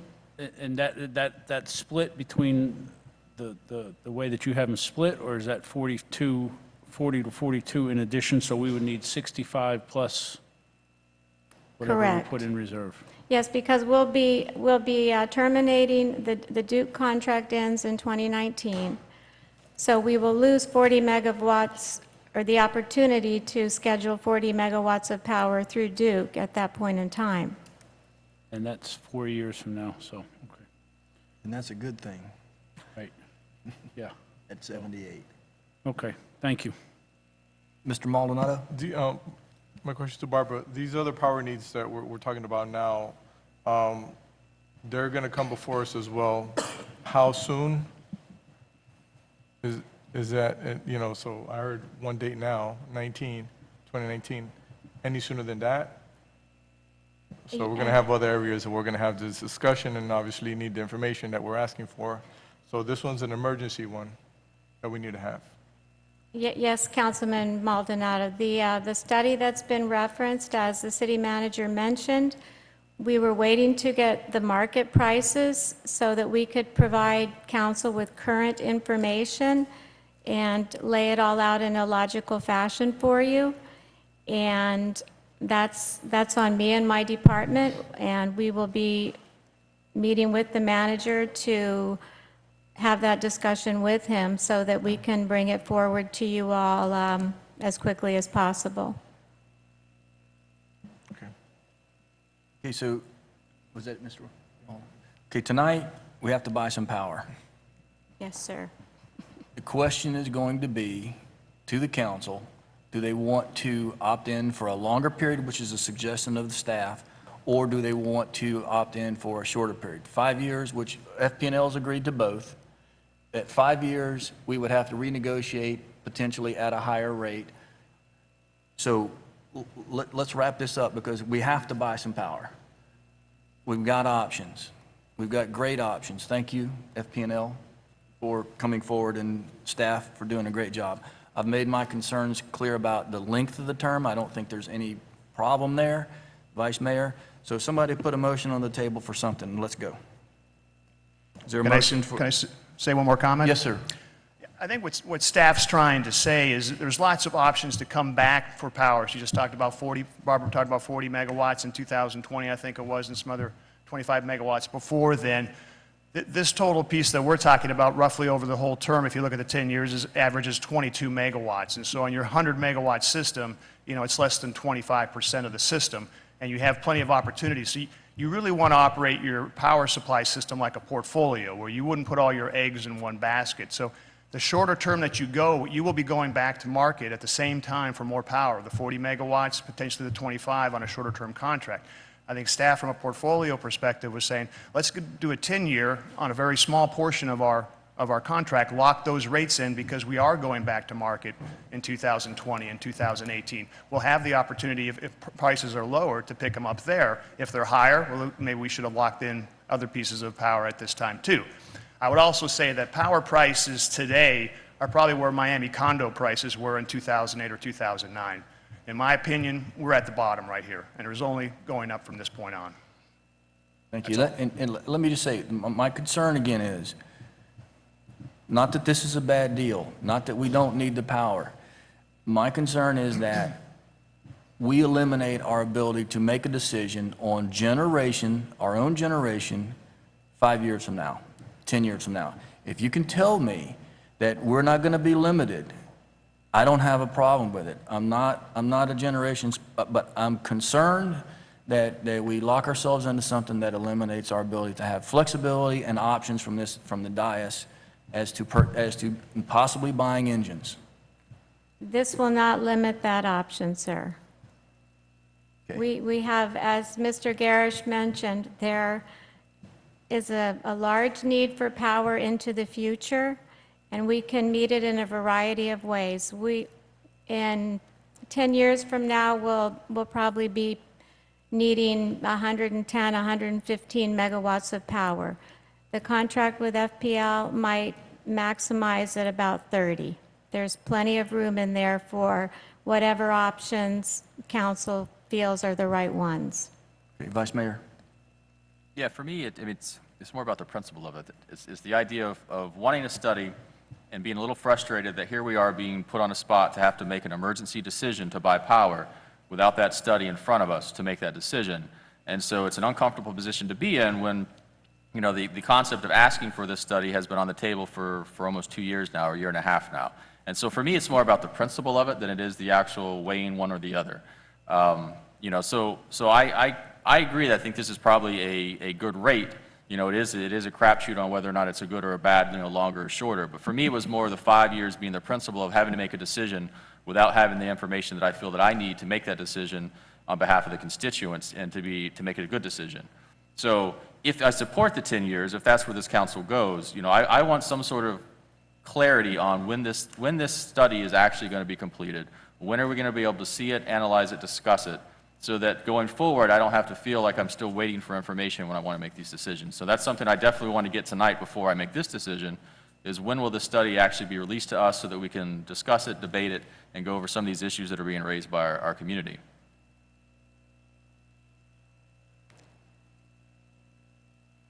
We could have the information for you in September, if that would be acceptable. For me, it's just, we've been asking for it, so I'd like to see it And then that we have a basis then to make decisions going forward. And we may find that this is our best choice, and we may start purchasing power like crazy and say that, we should never generate another ounce if we don't have to. But at the same time, I don't know that. I need to see it. I need to make that decision so that I can make, so I'm okay with September, but I just want to make sure we stick to it, whatever you guys have told me. Anything else? Mr. Maldonado?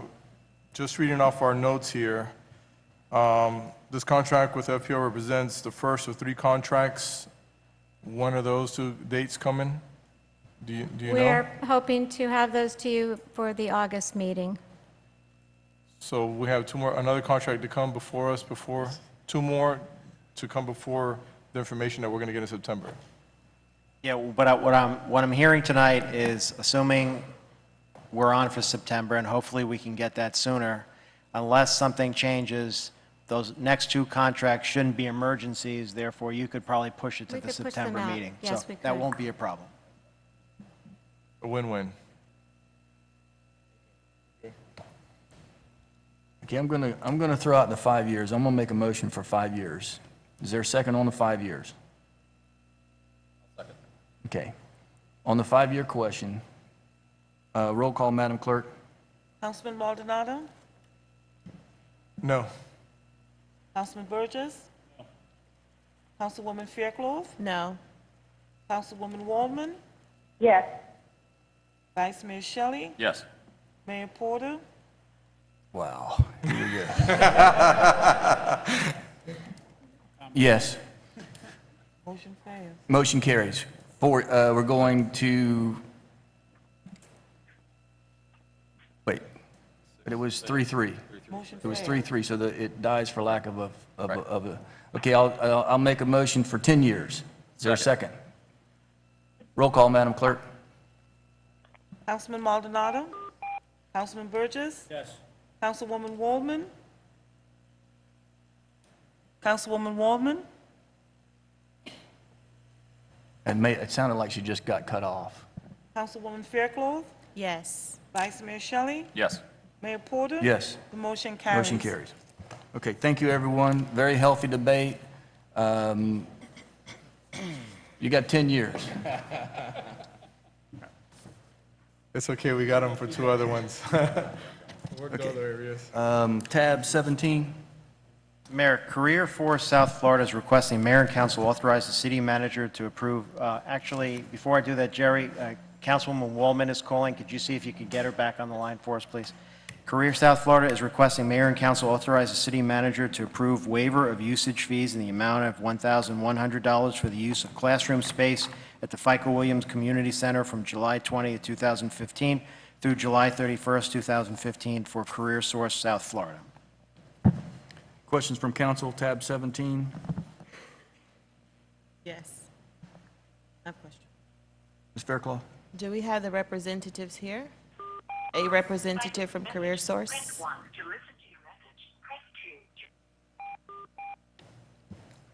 Councilwoman Waldman, are you back online? I'll open up the public hearing at this time. Go ahead, Ms. Are we, go ahead? Yes, ma'am. Okay. I was contacted, I believe last week, by representatives from Career Source South Florida wanting to partner with the city of Homestead to use our facility to facilitate the registration and training program for eligible students, 14 to 17-year-olds living in zip codes 33030, 33033, and 33034. And these zip codes were determined because they looked at the youth crime rates throughout the county, and these 3 zip codes were the 3 most southern zip codes that were impacted by that. I understand the registration has started this week at the FICO Williams Community Center. If you can just explain for the record, what are the next steps? After you conclude with the registration process on Friday, then what happens after that? Good afternoon, Marion Smith from Career Source South Florida. The next step would be the eligibility intake process. And after that process, it will be the work readiness process, getting them ready and prepared for work. Through the mayor, can you explain what the eligibility intake process is? The eligibility intake process means that they have to bring the appropriate documents to certify that they meet the criteria between that with the zip codes and the qualifications for employment. This program is for employment for ages 14 to 17 for youth. And it is for 20 hours a week for the work readiness that they get paid, up to $8.50 an hour, for a total of 120 hours for the entire program.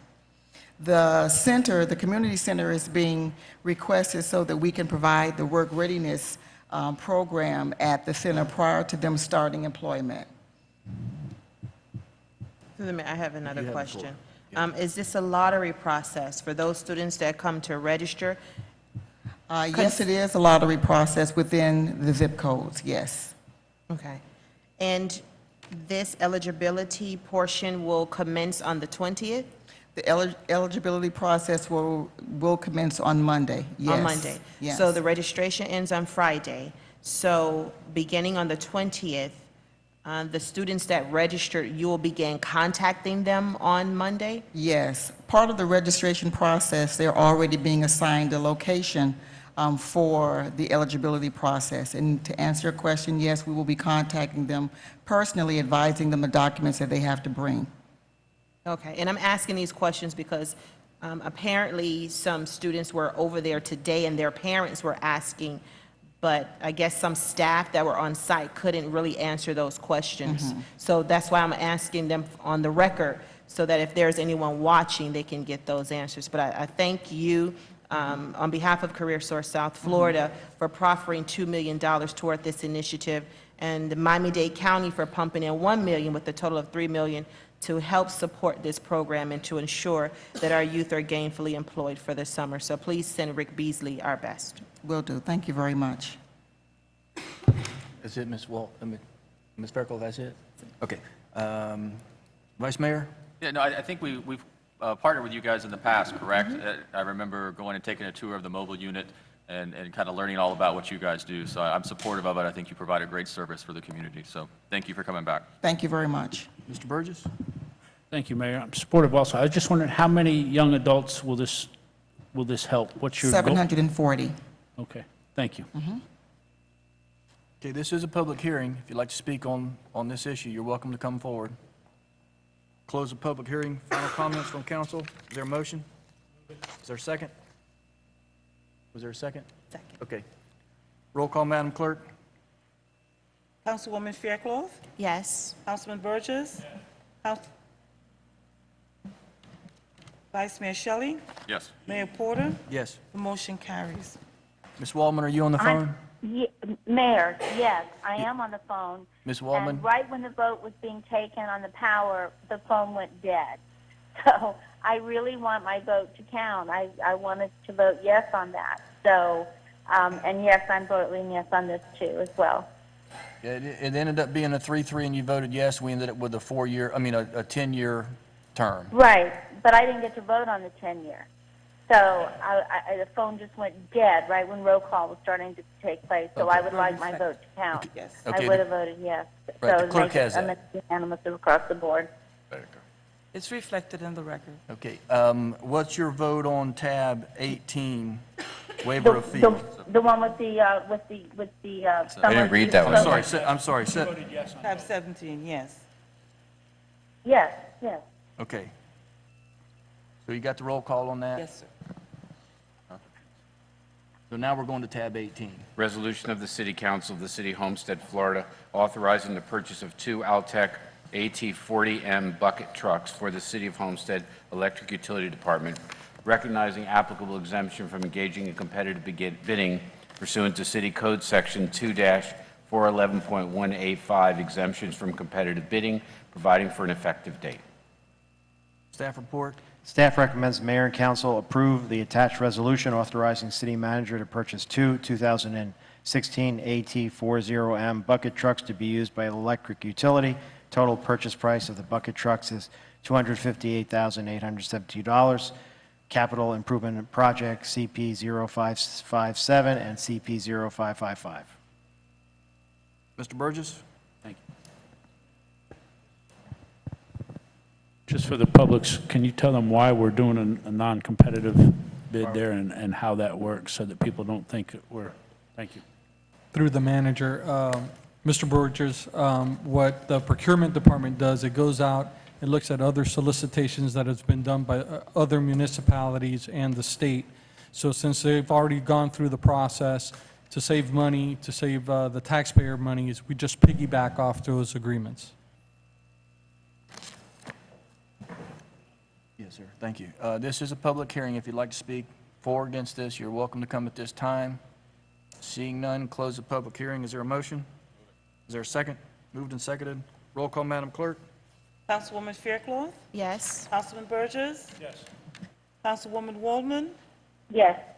Vice Mayor Shelley? Yes. Mayor Porter? Yes. The motion carries. Tab 19. Resolution of the City Council of the City of Homestead, Florida, adopting and authorizing the submission of the fiscal year 2015-2016 Community Development Block Grant Action Plan to the United States Department of Housing and Urban Development for approval, establishing a budget for community redevelopment block grant funds, providing for implementation, and providing for an effective date.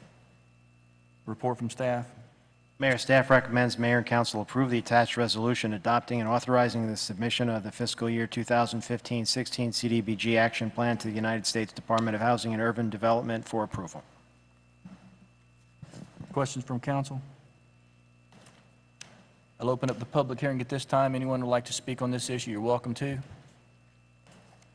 Seeing none, close the public hearing. Any comments? Is there a motion? Move it. Moved and seconded. Roll call, Madam Clerk. Councilman Burgess? Councilwoman Waldman? Yes. Councilwoman Fairclough? Yes. Vice Mayor Shelley? Yes. Mayor Porter? Yes. The motion carries. Tab 20. Resolution of the City Council of the City of Homestead, Florida, approving a guaranteed maximum price for the construction of the new police station, authorizing the city manager to prepare and execute a guaranteed maximum price amendment to the construction manager at risk contract with Monia Construction Management, Inc., providing for implementation and an effective date. Mr. Manager? Mayor, last we brought this item to you, we had 50% construction drawings. You approved a maximum amount with the understanding that we would be dealing with the drawings for the additional 50%. They'd be going out to bid with their subcontractors. We've done a lot of negotiation with MCM. It's been a lot of back and forth. We have agreement, and we have now this maximum price, which will put us at the point where we'll stay within our $18 million budget. And this is their amount, which unless there's some extraordinary circumstance, they can't go above. And so we won't be coming back to you for additional money on this. And assuming it's approved tonight, they'll have a very brief mobilization period, and then we'll be groundbreaking hopefully within a month or so. Questions from council? This is a Mayor. public... Ms. Waldman? Look, guys, I'm sorry. I don't know who's punched in first, so if I'm out of turn, I apologize. Truly, I do. But if I may? You have the floor. Thank you. I just want to say that I couldn't be happier. I mean, MCM has just done an amazing job with the City Hall. Their word is so honest and true, and I have no problem moving forward with this tonight. I just wanted to say that. Thank you. Thank you, ma'am. Mr. Burgess? Thank you. A question to the chief, if I may, to the manager and to the mayor. You're getting with the drawings and all the equipment that's been given, the police department is satisfied that they're given and getting all the tools that they need to do the job adequately in their new facility? Yes, sir. We did a process with the city manager and all the architects and also MCM, and I think we've covered everything from bottom to top, and I think that we're satisfied with everything, and we're ready to go. Because as we get locked in this contract tonight, there's not going to be any fudge room, so I just want to make sure that you guys are satisfied and that we're giving you all the tools that you need to protect our citizens.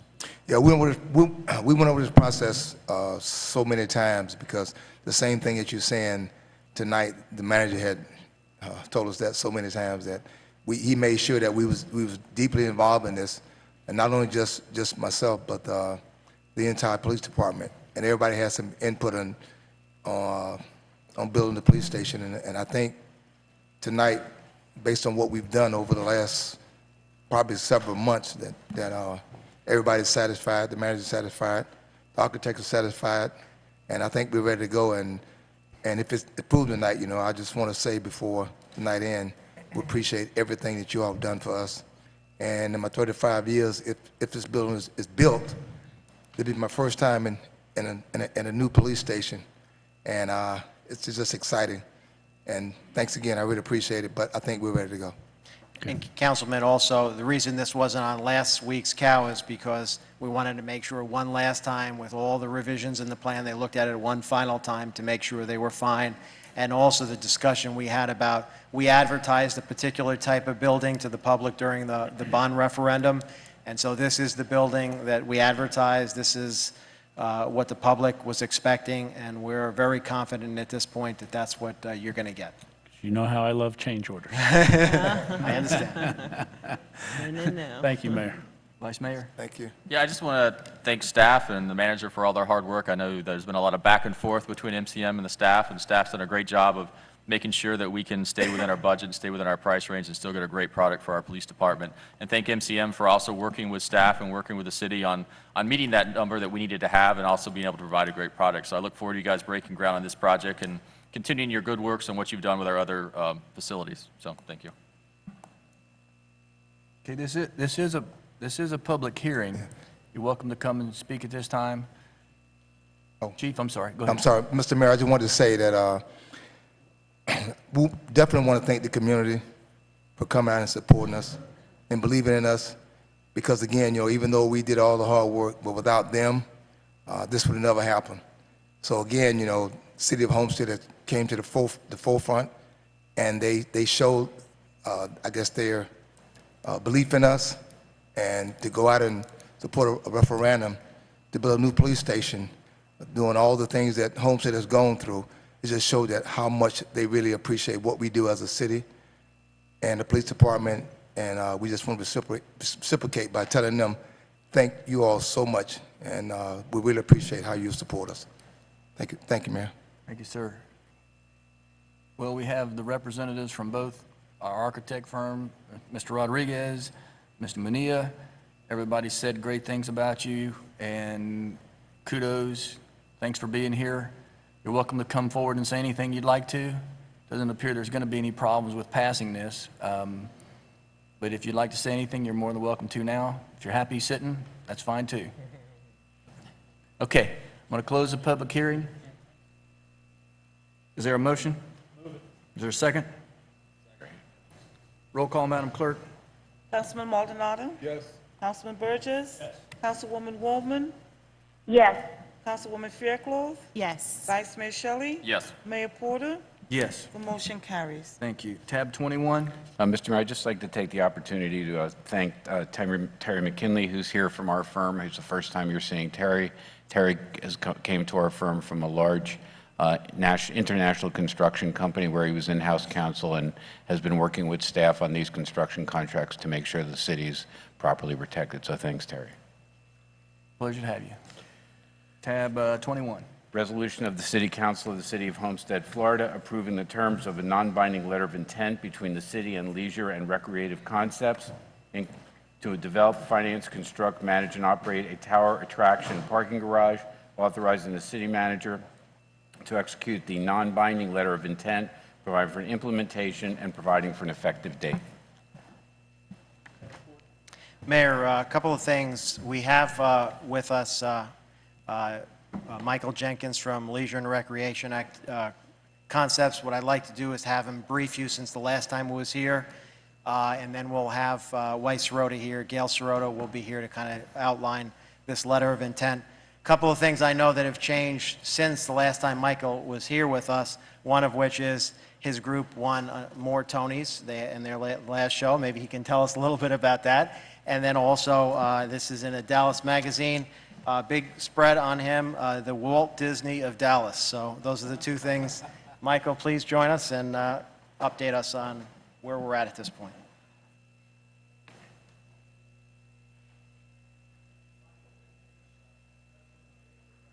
Concepts and president of DSM, which is our theater company. Mr. Mayor, Vice Mayor, Councilwoman women and councilmen and city manager. It's been some time since we've started on this project. We wanted a high-quality family entertainment center, which we proposed and designed. With me tonight is our Senior Vice President of Research and Finance, Michelle West, sitting over here. I just wanted to give you a little update. Since the initial master plan and economic studies were done, our company has continued into the schematic designs necessary for financing and have been working diligently with 3 prospects, one that's significantly ahead of the others. This non-binding letter of intent is required by the New York investment community, has no negative effect on the city at all in any way. Just briefly about our company, from the theater company, we did win 4 Tonys on American in Paris, which is currently playing at the Palace Theater, New York. It's my 135th Broadway show to either produce and or invest in, and we've toured 497 productions to 67 cities throughout the U.S. Lark has just completed its 1,000th and 98th project, a large water park in Kuwait. We're in 48 countries, home based in Dallas with office in Tokyo, Japan. One of the things about Homestead that we really wanted to do was to create, as I mentioned earlier, a high quality family place, but also to attract tourism off of the highway to the Homestead central business area, Main Street complex, so that revenue and retail sales could be enhanced there in addition to the project. We looked at a number of iconic proposals and researched them, everything from giant Ferris wheels to unique rides, but came up with a tower, which is not a thrill ride, but an observation tower, 541 feet high. You'll be able to see downtown Miami. You'll be able to see the beginning of the Keys, and most important, the Everglades. At the base of this tower, which is a revolving, you think of it as a donut that revolves slowly up 521 of the 541 feet. At the base will be an Everglades museum, very interactive, educational, and participatory entertainment. The total project, including the parking garage, a motion picture theater in the parking garage, and significant retail and food and beverage on the ground level, minimum of 335 spaces up to 1,000 spaces, but currently budgeted at 335 parking spaces, which would, the total project will employ 369 permanent staff with another 220 plus or minus seasonal. So that's kind of a brief update, and I think Ms. Sirota here is going to give you an update on the non-binding agreement. Thank you for your encouragement on this project. It's taken a while. It's a very difficult thing to finance. This is why we need this non-binding letter, and we're moving ahead quite dramatically, and just had a report just today driving from Miami down to Homestead. Michelle did, from our lead financial consultant, that he's making significant progress. Thank you for your participation and your support. Ms. Rhoda? Good evening. Oops.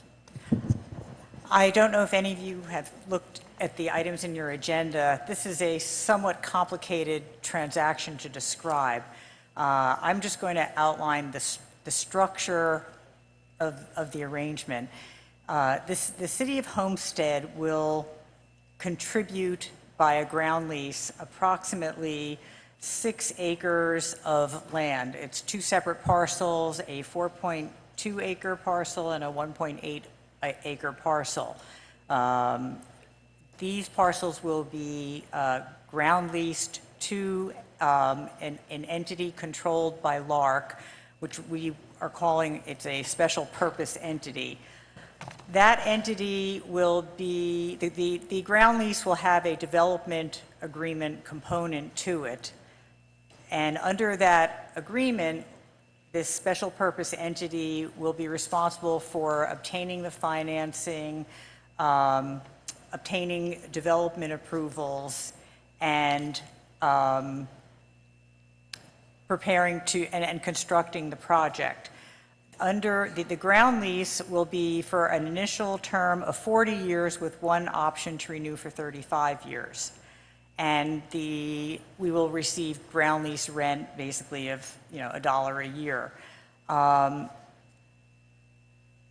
This special purpose entity will then lease back to the city the improvements that will be built. And these improvements will be leased under a master lease to the city. The rent payments under that lease will be equal to the financing costs, whatever the monthly principal and interest is.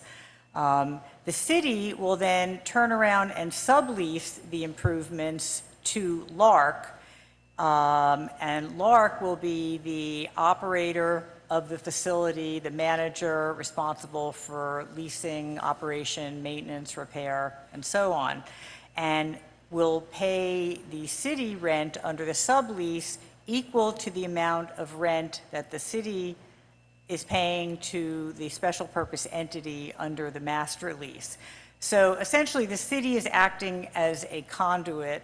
The city will have no obligation to pay rent other than to turn around and pay the rent that it receives from LARC as the operator of the project. And that was important because the city did not want to put its credit ratings at risk. If for some reason there was a shortfall, the city would not have the obligation to pay its rent under the master lease. Other protections include the fact that at the time of this transaction closes, the special purpose entity will put in escrow an amount of money sufficient to cover 1 year of the payments, so that there's, during the period of time, if there is a period where there's a shortfall, the payments to the lender can still be made, and the special purpose entity will be responsible for keeping that escrow at a sufficient level to cover 1 year of the payments. So that is, then with regard to the letter of intent is, of course, a non-binding letter of intent that lays out these terms. If the council approves the letter, the next step will be for the city to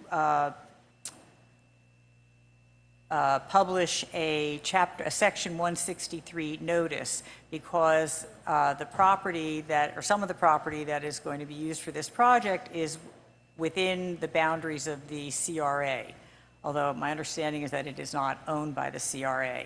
And so the letter of intent addresses the fact that the city first has to go through this process where we go out and solicit other proposals.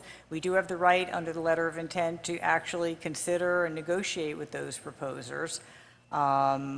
Assuming that nothing is forthcoming or we want to continue with LARC, then once the city has confirmed that we finished our Section 163 notice procedure, LARC will have 120 days to obtain a letter of intent from a proposed project lender indicating their agreement to issue a loan commitment on specified terms and conditions. And at that point, then we would start drafting more formal documents. Mayor, if I can add one thing to Gail's report. This is, because it's a non-binding, at any time you can say no. Also, as LARC is working their way through to find their financing, there's going to be a lot of back and forth in terms of terms, in terms of the amount of financing that this project will take. Also, what we've asked for from them is to consider not just the parking garage and the lot where the iconic attraction would be, but how might they be able to handle the rest of the site where the parking garage would be on.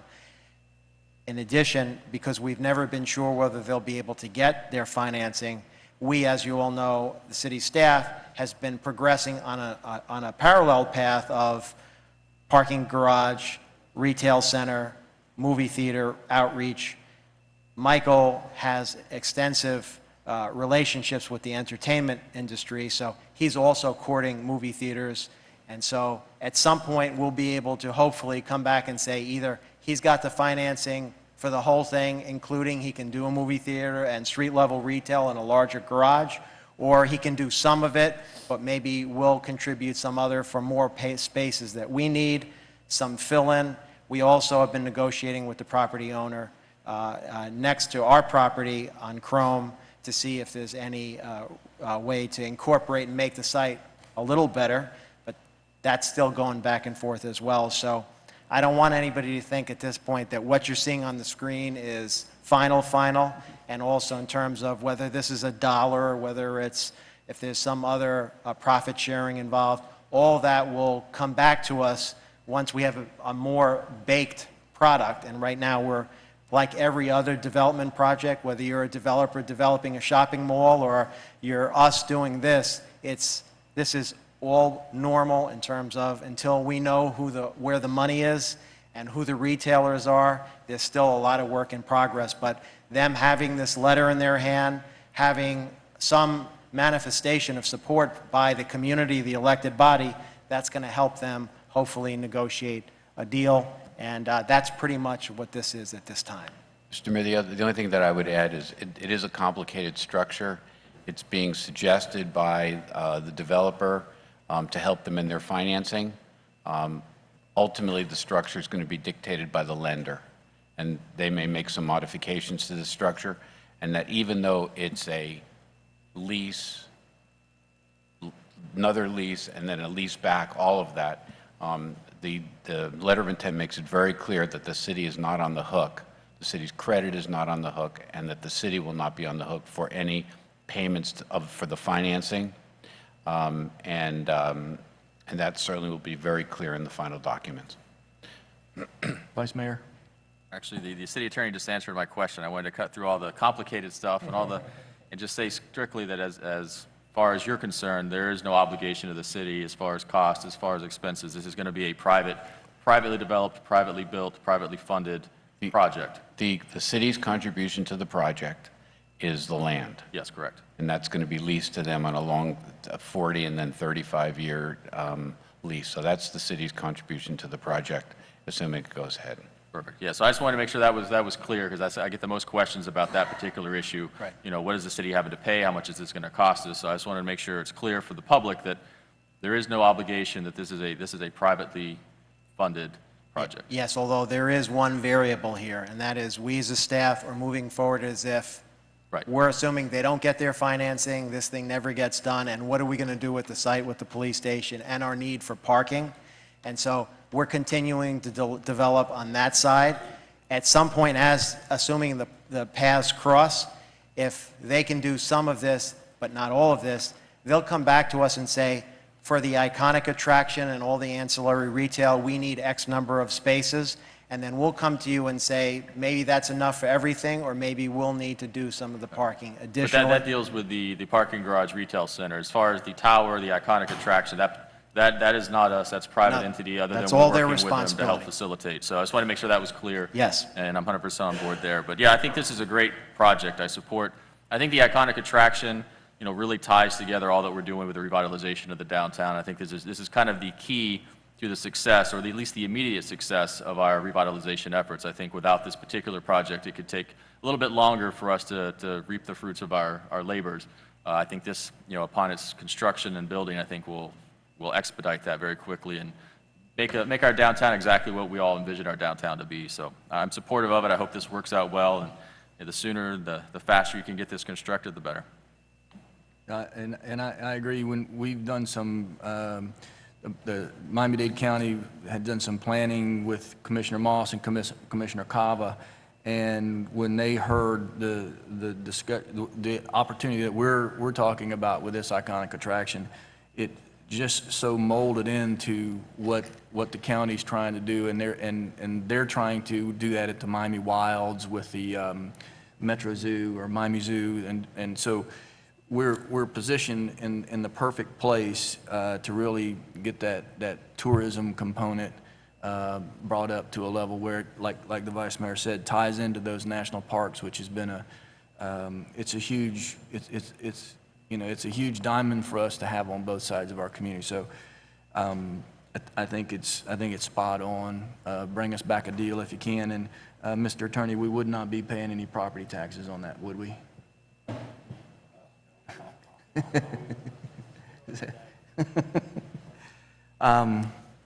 This is a public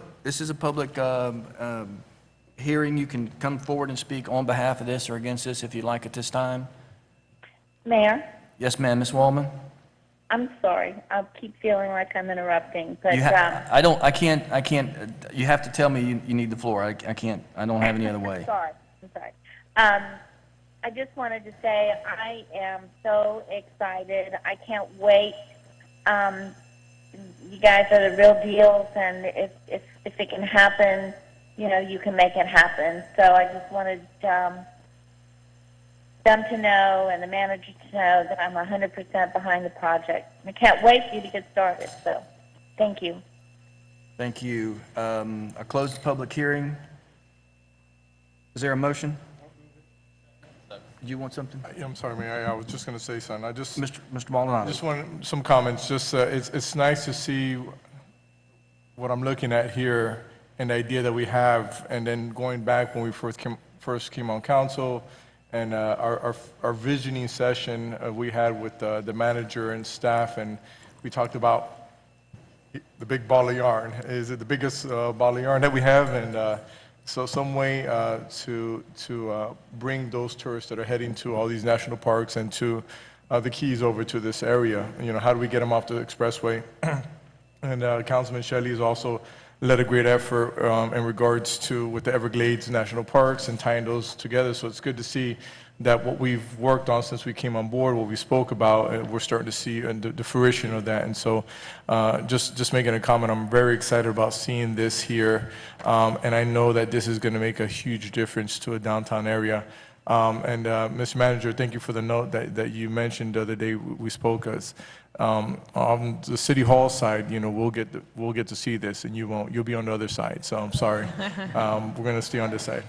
So with that, again, just and thank you for answering I had one question. It was, the question is, at what point do we start having the discussion, whether there's profit sharing, what are the negotiations, and so that's going to be one of the main questions or our concerns. And so, but that's going to come down the line. And so we just want the community to know and understand that we'll have that chance. Thank you. You got the motion and second, Madam Clerk.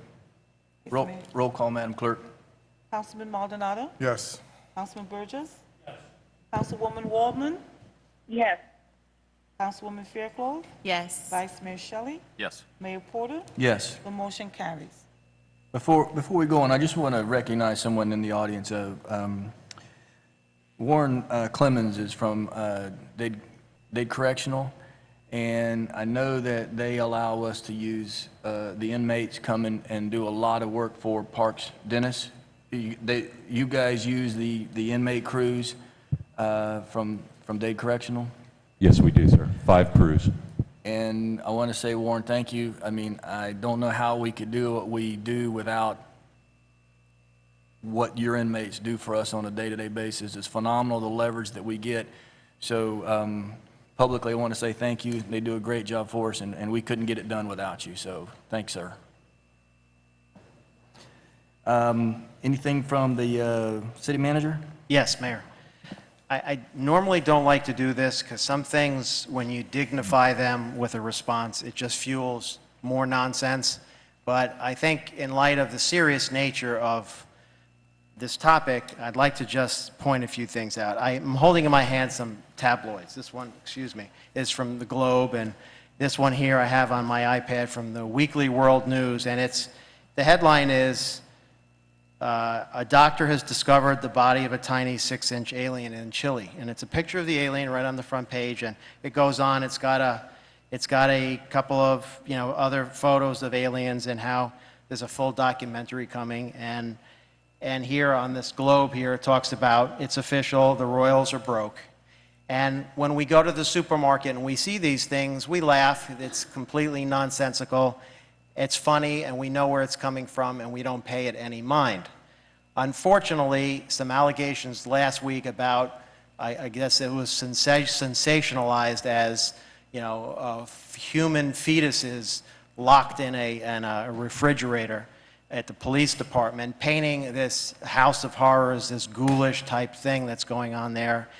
And why I don't think it's funny is because it involves cases involving minors and sexual abuse or sexual assault and DNA evidence associated with that. And so it's okay to laugh about the globe or about the alien in the worldly news, but it's not okay to take something that's very serious and make a mockery out of it. And so, but again, I feel like on the one hand, to dignify this with even some airtime is not the right thing to do. On the other hand, because it's so serious, I feel it's important for us to address it head on here in public on live TV. And so what I asked this afternoon was for my assistant city manager, Kate McCaffrey, after being fully briefed by the police department about this fetus thing, I don't know what else to call it, is to go over there. Kate is a former police officer who was trained as a police officer, as a rape crisis counselor, and who has appeared on various calls when somebody calls and says, I've been raped, okay? And I asked Kate to go over there and look at this refrigerator that's all wrapped up and sealed with stickers on it, and what is it all? And so I think it's important to say first that, because once somebody paints in your head there's babies locked in a refrigerator, it's very difficult then to get that out of people's minds. So what I asked Kate to do is go in there and open the refrigerator. And so with that, Kate, I just, if you could disclose your findings, and then Chief, feel free to discuss this afterwards. I know it's ridiculous to even discuss it, but I think in light of the seriousness of it, we should just hit it head on. So Kate? Yes, there are 5 separate items of evidence, 3 of which are rape kits that are contained in small brown paper evidence bags, and 2 of which are plastic evidence bags that have small containers, maybe 1 to 2 inch jars, each of which contains what appears to be tissue samples. That's it. And the reason they have these tissue samples, which, by the way, is why this tissue samples and on other collected evidence in every police department in the country, is because they're required to hold it. And so you have in front of you pieces of paper that you've been given as public officials, and you're required to store them and keep them. They're public records. What they're dealing with is far more serious, and there's laws involved that require them to keep the evidence. And this discovery of the refrigerator, it's no discovery. We had a police station that was there that had all kinds of stuff in there that we knew every item that was there, that we packed up and moved over to a new location.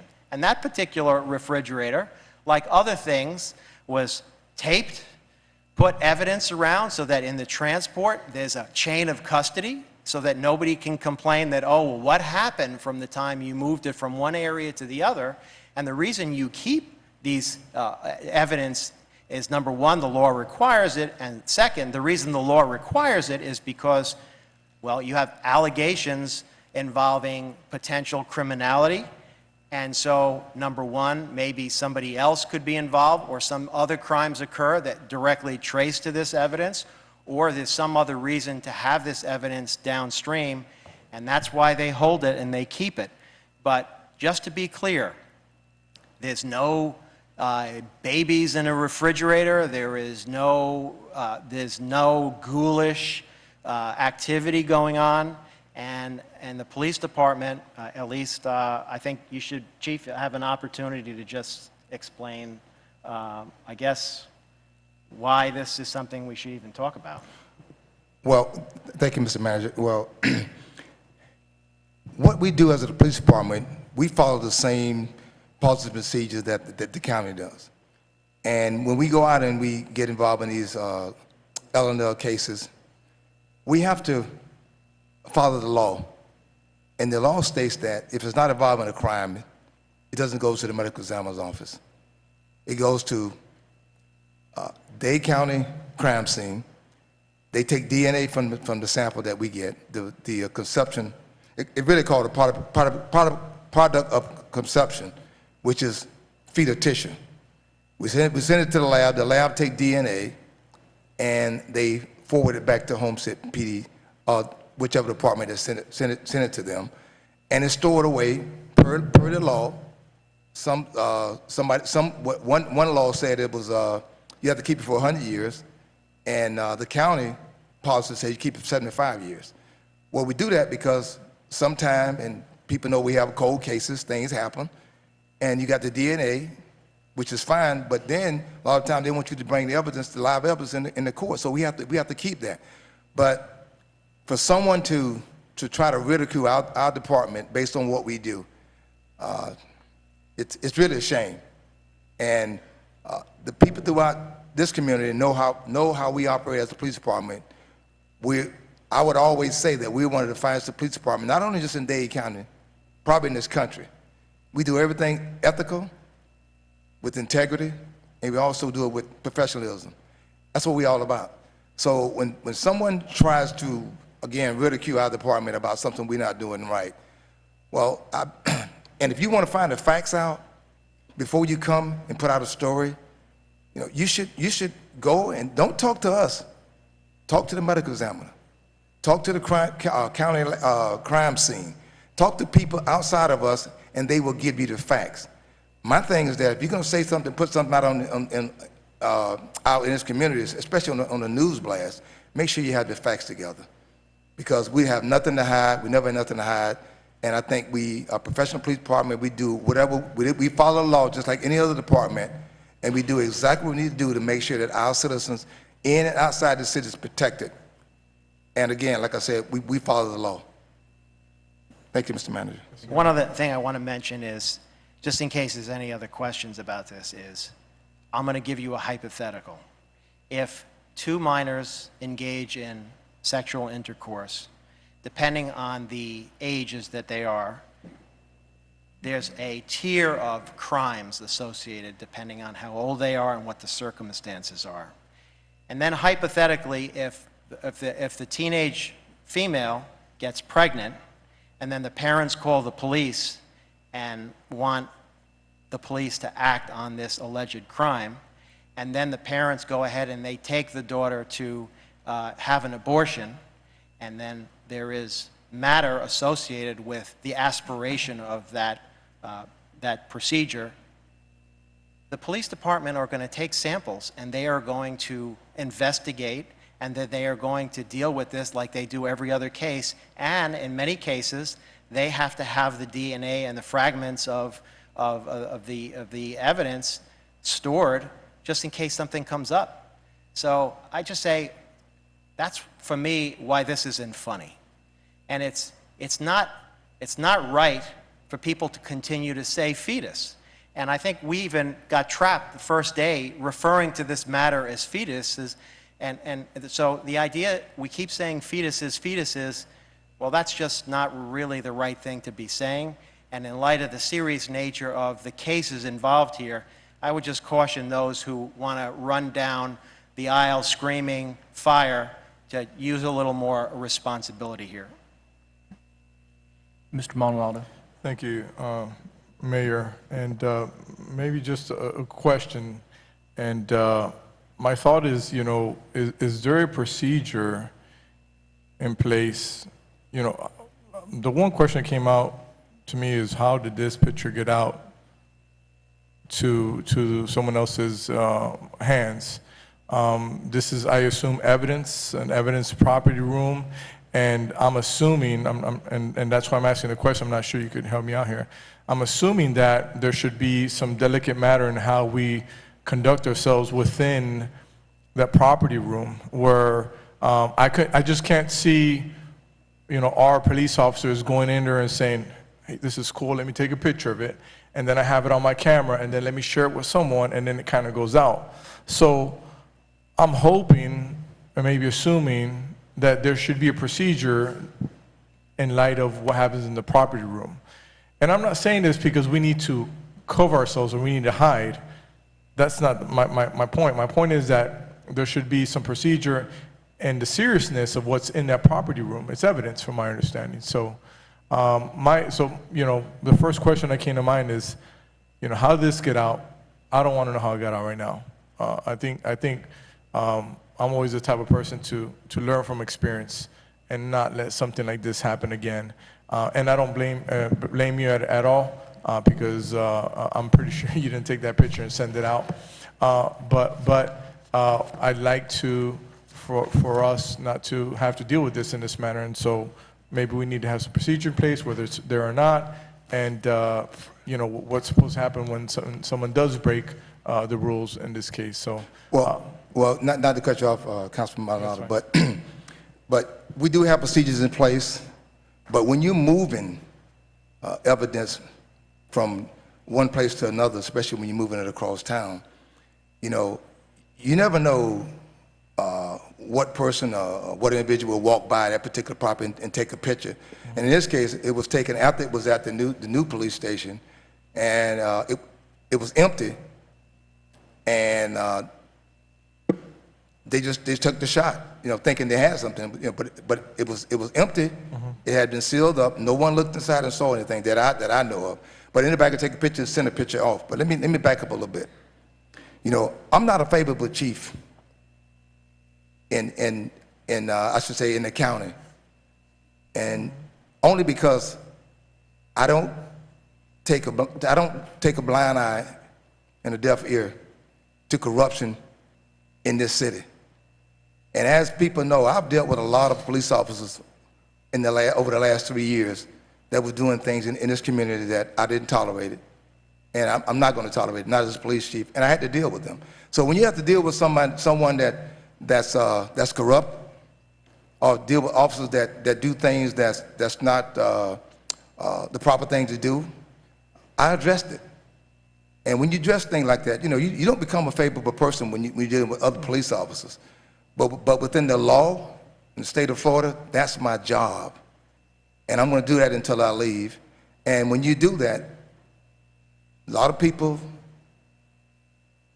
they take exception to that, because a lot of police chiefs, have a problem with dealing with issues like that. I don't. That's my job. That's why I'm here.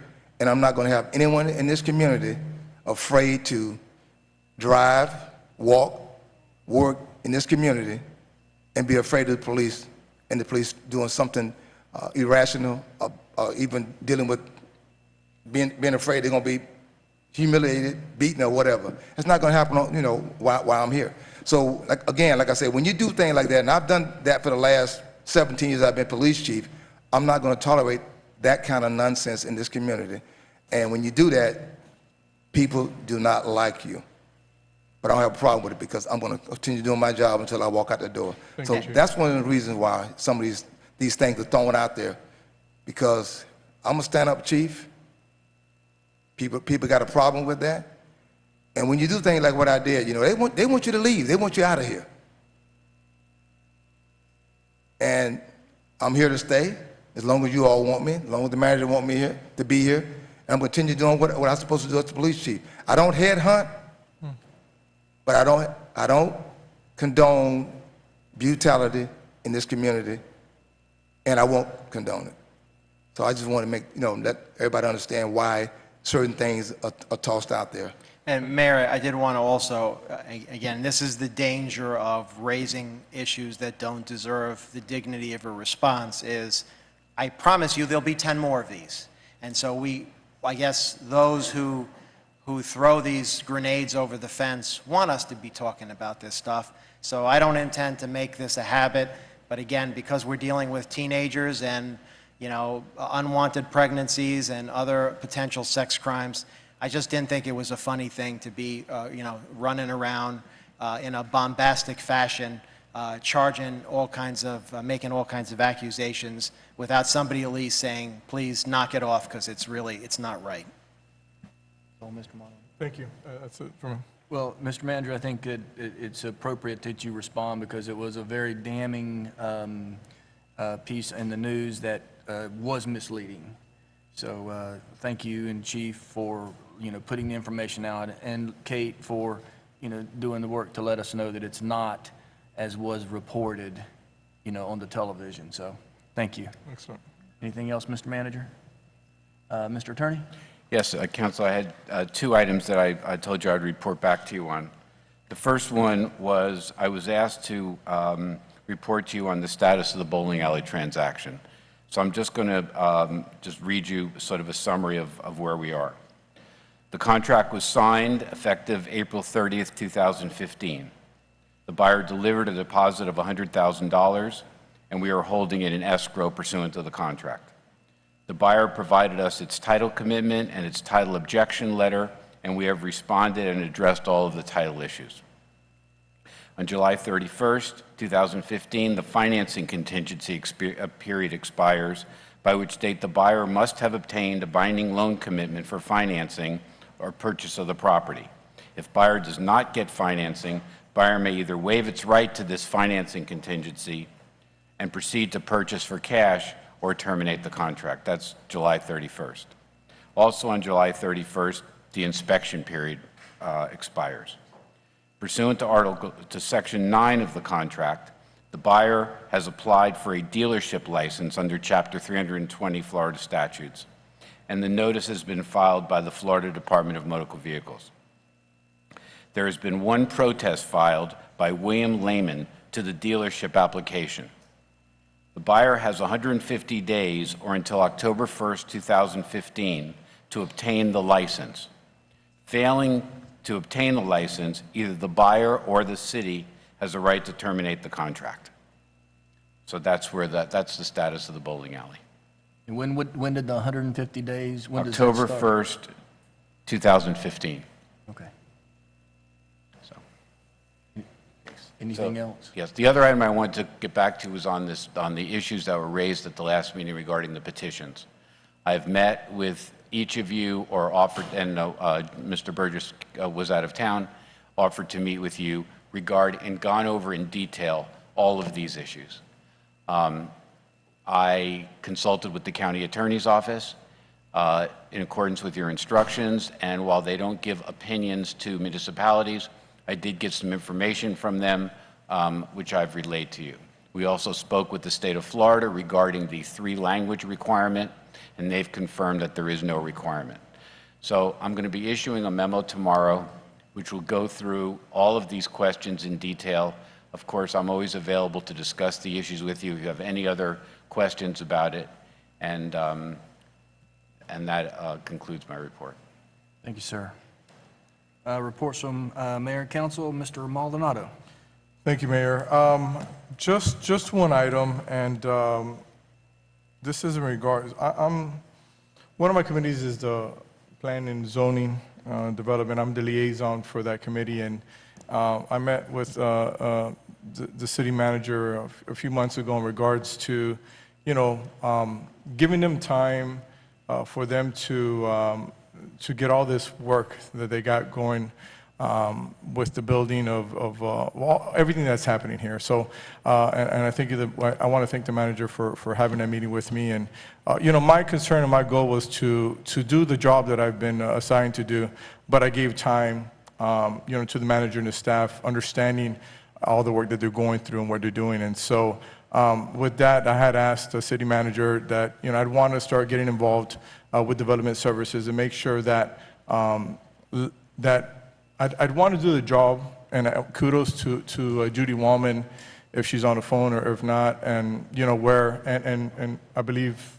I'm not sure if Councilman Burgess was involved in the utilities department, the customer service, and because she was involved and with the committee with Mr. Estrada and staff, they were able to streamline and make that department run efficiently and a lot better. And so kudos again to Ms. Wallman in regards to that. So I kind of want to do the same thing in regards to development services. I think that, now that we're having this big push, we're growing again, it's really important for me to be a part of that.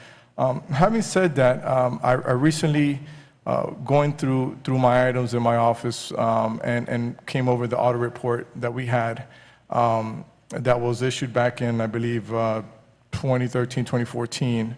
I read over it and liked what I saw. I think it was there seemed to be some good recommendations there, and I guess my question would be to the manager.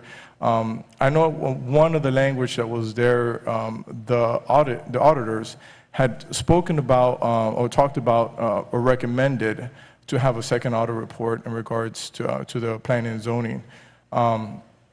Have we considered that, or is that something that we should be doing? I know, again, that was recommended by them, and I read the report, looks good. I think that and I'm assuming they're nailing everything that needs to be done there. And so I'm wondering if this audit report is going to help us get to where we need to get to.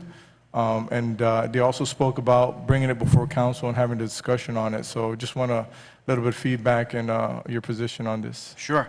Well, first of all, the reason, when the auditors were hired, and we had asked you, when they're determining their audit plan, would you help us by allowing us to have the first in the queue, the Development Services Department, because we knew what Joe was doing on the planning side to correct some of the issues, but we also knew we had issues on the building side of the department that we had serious concerns about. So we kind of knew something was wrong, but we wanted to get specifics, and we didn't want to wait. So we asked you, can you please have it in the audit plan as the first audit? And then we asked the auditors, please dig in and really find out what's going on the building side, which is a private vendor, and we've had some discussion with them already, but the good news about the audit was, first, planning and zoning came out with flying colors, and I think there was one finding only is Joe's undercharging us. He's entitled to charge $190 an hour, 98, and he's charging $158, which resulted in a savings to the city. But other than that, their work is really, you can start to see the fruits of their labor. And of course, the heavy lifting they had to do on their side of the equation was, we had a dark period of time in this city where the former elected official here was abusing the system, and there was money flowing from projects that were supposed to be going through the planning department and looked at professionally without any kind of corruption involved, was actually, I'd say, moved into a direction of pay to play. And so you all charged us, and the reason I brought Joe Cordino involved down here, who has his own private company. He's got 150 employees, a company that does work all over the country, and has 7 offices with a broad array of professionals in all the disciplines in this field, to come down here without fear and push back on corruption. And I can tell you from personal experience, this was not an easy task. This was a daily beating between what happened with me and with Joe, just to follow your laws. And there's a big book in the office, all the planning and all the zoning laws and the procedures we have. Their job is to enforce your laws. They don't make anything up. They don't decide the way they want it and just go ahead and do things. Well, what was happening before they got there was one elected official and one employee would decide, Matt, we don't need to go to the council to get approval for that. We'll just sign off as an administrative approval, and then next thing you know, you look out your window and there's a building popping up out of the ground. And so you all asked me here and said, we don't want that because that's not the way it's supposed to work. You're all the policymakers. You're to decide whether that building should pop out of the ground. And so I could give you example after example of what was happening during the time that Joe and his staff would have to push back on. Well, the result of that is they're spending a good portion of their time pushing back and dealing with grenades coming over the fence. But it's okay because thankfully we have a man of integrity in Joe who's willing to risk his reputation because it wasn't regularly where this former elected official would go and attack him personally, try to embarrass him with other clients and with other elected officials. And so it's a miracle that he's still here. But all I can say is, thank you, Joe, for having the courage to do that. And I hope you'll continue to hang in there, because I know it's tough. But anyway, going back to the audit, flying colors on the planning and zoning side. Building side told us pretty much what we expected, which was there's some accountability issues. What we want to know as the government side of the house is, when these vendors are out there roaming around from house to house inspecting, we want to know who's there. We want them to log in when they're there. We want them to tell us what they saw. We want them to come back and put all that into the computer system, so that we know that they're following the laws, that nobody out there in the field is influencing them, and that also that the customer, which is the people who are getting the inspections, because even though we're the enforcement side, these are also taxpayers who want to renovate their kitchen or they want to build something, and they have a right to do that, but we want to make sure that they don't get two different inspectors. One tells them to do one thing and then the next thing. So we want that accountability and that transparency. And so what we've been doing in the meantime, once the audit came out, is, number one, we've done an RFP to see what other vendors are out there. Number two, what we've had was an interim building official, because as you all know, Tom Lampert was here for many, many years. And we wanted a transitionary phase of this, which is keep things afloat as best as we can, and while we start really chipping into the findings of the audit. And then the final phase of that was finding a full-time replacement. We were very lucky to have Linda Blanco, who we hired as Deputy Director of Public Works, we discovered that she's a building official, and she has a ton of experience in Coral Gables and in other cities dealing directly with these issues that we have, which is accountability, continuity of service. And so Linda has got a very ambitious plan to take this thing to the next level. And then the final piece of the audit, which we all knew and we've discussed with you, is you've got a very old, clunky computer system that is the reason why, in some cases, instead of charging $15, they charge $10, or if they charge $20 when they should have charged $15, and all the different areas don't tie in. So you pass a law and it says you should have a $15 fee for that. Their computer system doesn't necessarily tell them that. So we have done an RFP. We have a consultant that we're ready to bring back to you that will then go look at.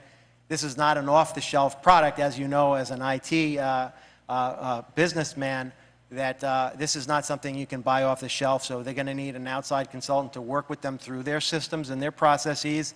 And then we're going to come back to you. We'd asked you for an $800,000 CIP item, which you had approved last year. So once we have the consultant on board, once they understand the systems, at some point we come back to you with a recommendation to buy a new system, which we think will solve a good portion of the fee issues in that audit.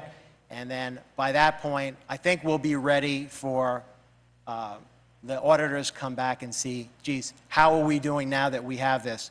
The one thing philosophically that I thought was very important and that you all supported was you've got two different types of auditing firms. The kind that engage in gotcha politics so that somebody can wave around an audit and hit people over the head until we can bayonet the survivors. Or we can have these professional auditors who work in many governments to help the staff improve our systems. And so their first year, they did nothing, at your direction, they did nothing but work with the staff to improve our systems. And then we all said, okay, now let's look in the drawers and find out where we're not meeting perfection and try to help them along to improve some of their systems. So I would say so far so good. I think Linda, is Linda here today? She left. She had to leave. I think you're going to see some big changes ahead of you, and I think once the computer is in place, then we'll see some major changes in terms of some of the fee calculations. And once again, I thank you all for supporting the concept of the auditors being here to help us make this a better organization. if these auditors are doing their job properly, every time they go and they look at a department, hopefully they're going to find some areas for improvement. Because if you have a full classroom of A+ students, my suspicion is that there's something, the system is not working properly. And so, that being said, right. Wait a second, sorry. But that being With said, one exception, we understand. And not to, no, I'm sorry, Mr. Manager, not to cut you off. And I agree with you. And my philosophy would be the same as yours in taking option 2 in the type of auditors that we hire. I kudos to them because I agree with you in the sense of how they did. I was impressed in what I read and the results that we got. Yes, there were a lot of deficiencies, but I think we knew that. We were very aware of the deficiencies, and hence why we asked them to come in, and they did, I think, an excellent job. They did mention they'd like to do one right away. That's about a year and a half down the line. I understand what you're saying in the sense of we want to fix some of these things before we bring them back. But I like when is one of the questions, and I'd like to see them come back soon. And the reason why is because sticking with the option 2, which is we want them to help us to perfect or to better our system, which we have in development services right now is key. Going to some of these economic forums that I've been involved in, and a lot of the discussions that I go on participate show that Homestead, and we all know that the Homestead is going to grow. We just purchased 10 years of power with the understanding that we're going to expect growth. And so, and I know that Joe Cordino and his crew and our staff have been working diligently to get us where we need to. And again, congratulations on that. I know you guys are doing a great job coming from where we were. But again, because if we're following the audit and the audit says that we're asking for another audit to happen, I'd like to see that audit happen soon because there are ideas that we want to help you fix a lot of things that you have, and I know that you're already working on them, but I'd like them to be in there. So, I'll give you, if I can interrupt, I'll just Sure. give you one example of why I certainly will advocate for waiting a little longer, although it's totally your decision, is the big questions we have. One is the computer side, which you can audit again, but it's going to still be the same problem is you got a bad computer system. Right. The other piece is you have a local company, a vendor that's there now, performing services that got really bad grades, Yes. okay? And so I have a list of other companies that have submitted proposals. I also have a new building official that has experience looking and fixing, and what I'd like to do is give her a little time to give us a fair assessment is this, do we want to change this vendor, or can we work with this vendor, and what our options are. But to go ahead now and look at the same vendor when we know we have the same issues, it seems to me the easiest thing for me to have done after seeing the report, because I knew we were going to have problems, was, okay, council, look how terrible this local company did. There's plenty of firms from Miami that want to come in and replace this group. What I thought we'd do first is the more evolutionary approach, and that might not work. And I might have to come back to you and say, let's replace the vendor. But so that would be my feeling, is a little more time for them to work out where we're headed with this. But again, I can't dictate to the auditors. All I can do is ask you and ask them for what, or at least let you know what we think our needs are, because ultimately our response, a lot of cities, the manager has internal auditors within his staff, and the internal auditors are dispatched to address concerns that management has just by knowledge of what's happening in the organization. And while we do have some say in terms of what we think, ultimately, you decide what you want to look at. It's your right to look at anything you want. But if you're asking my opinion, I would say they have an audit plan. It's a 3-year plan that was approved by you. I would ask that you let them go on their merry way, because there was some logic in the chronology of the audits. You're going to see a couple more audits. They're kind of in the draft phase now. I guess it's on some of the construction projects that we've been doing. And we have parks. And so you're going to start seeing, there's a reason why I wanted auditors to look at some of the initial construction projects, is because if we're way off track, we've got millions of dollars queued up here on construction. We need to know before the stuff happens, not after. And so there is some logic in the chronology of their audit plan. There were some policy issues, I think, that they were talking about in there that I think is something that this council should look into, maybe consider in regards to some items that are there. I don't know if this council has read the audit report in detail and understand what's going on in there. If not, I would encourage you to read it and get some of the ideas and you know, something that we should talk about. Not at this point. I'd want everyone to feel comfortable with the information they have at hand. And so I guess let me ask this question then, and I'm okay with time because I trust how you work. I understand how you work, and I think we understand that you do a good job. But at the same time, you know, what is that time frame that you're going to need in order to bring in an auditors again to have them review what's going on? Or, you know, just like a study that we're doing with the power utilities, you know, when are we going to get something from your office that's going to give us an understanding of what's happening so that you know, we could help relay this to our community that's always either frustrated with the process or what's going on, and so we have a lot of questions that we have to deal with, and so in order to be better prepared, I think this audit is one of the things that gives me the ammunition and the answers to a lot of these questions, and so my question to you would be, you know, can you give us some type of time frame that you're going to need to work with what you have now that's moving in the right direction,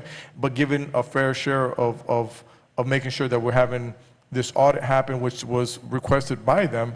It could be, you could either see it as, well, they want more work, or they truly want to help this process, which that's the idea that I like. I like for the auditors to help in this process, and I think, you know, your philosophy and your theory of how it's moving forward is good, but at some point I'd like them to come in.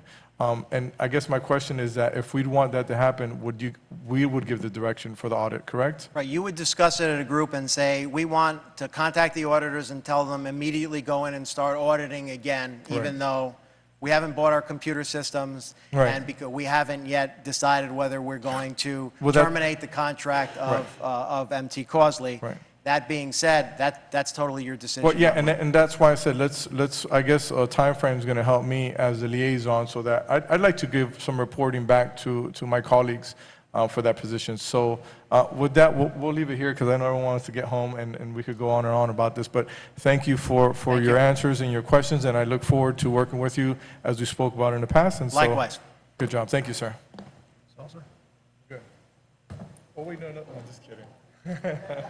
You gave it up. Mr. Burgess. Thank you, Mayor.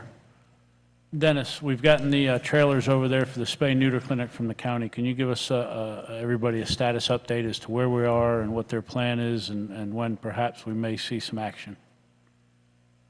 Councilman Burgess, they moved in the trailer. They have a 120-day timeline. They're on number 24 right now. They just hired the company that built that trailer for them to remodel the whole trailer. I told them that I would want it painted the same color as the park paint that we use on our concession stands to keep it all uniformed. After that 120 days, after they get it all remodeled, then we'll be opening up. We already started meeting with them. We already, they were in their permitting, getting ready. They were with Durham right now for the sewer. And then we're going to probably put our sewer service and the water service in there starting next week. So we're waiting, I'm watching them, staying on top of them, so we meet this for 120 days. Okay. But we did contact them to do the mobile unit. The problem was their generator went bad. So we contacted them saying, well, we can't wait. They got it fixed. Yeah, well, we're going to give them a generator. Well, they got the buses fixed also. Okay, well, they met with us the other day to show us our generator, so we showed them. So we're trying to work with them to get this project done and getting ready. Thank you. You're welcome, sir. Mr. Brea, any updates on the Turnpike entrance ramp that we've been waiting and hearing about that they'd moved up to are there any updates on that, or the mayor, anything from the MPO on that, or? There's really no difference from the last time we spoke about it. Basically, the item is on their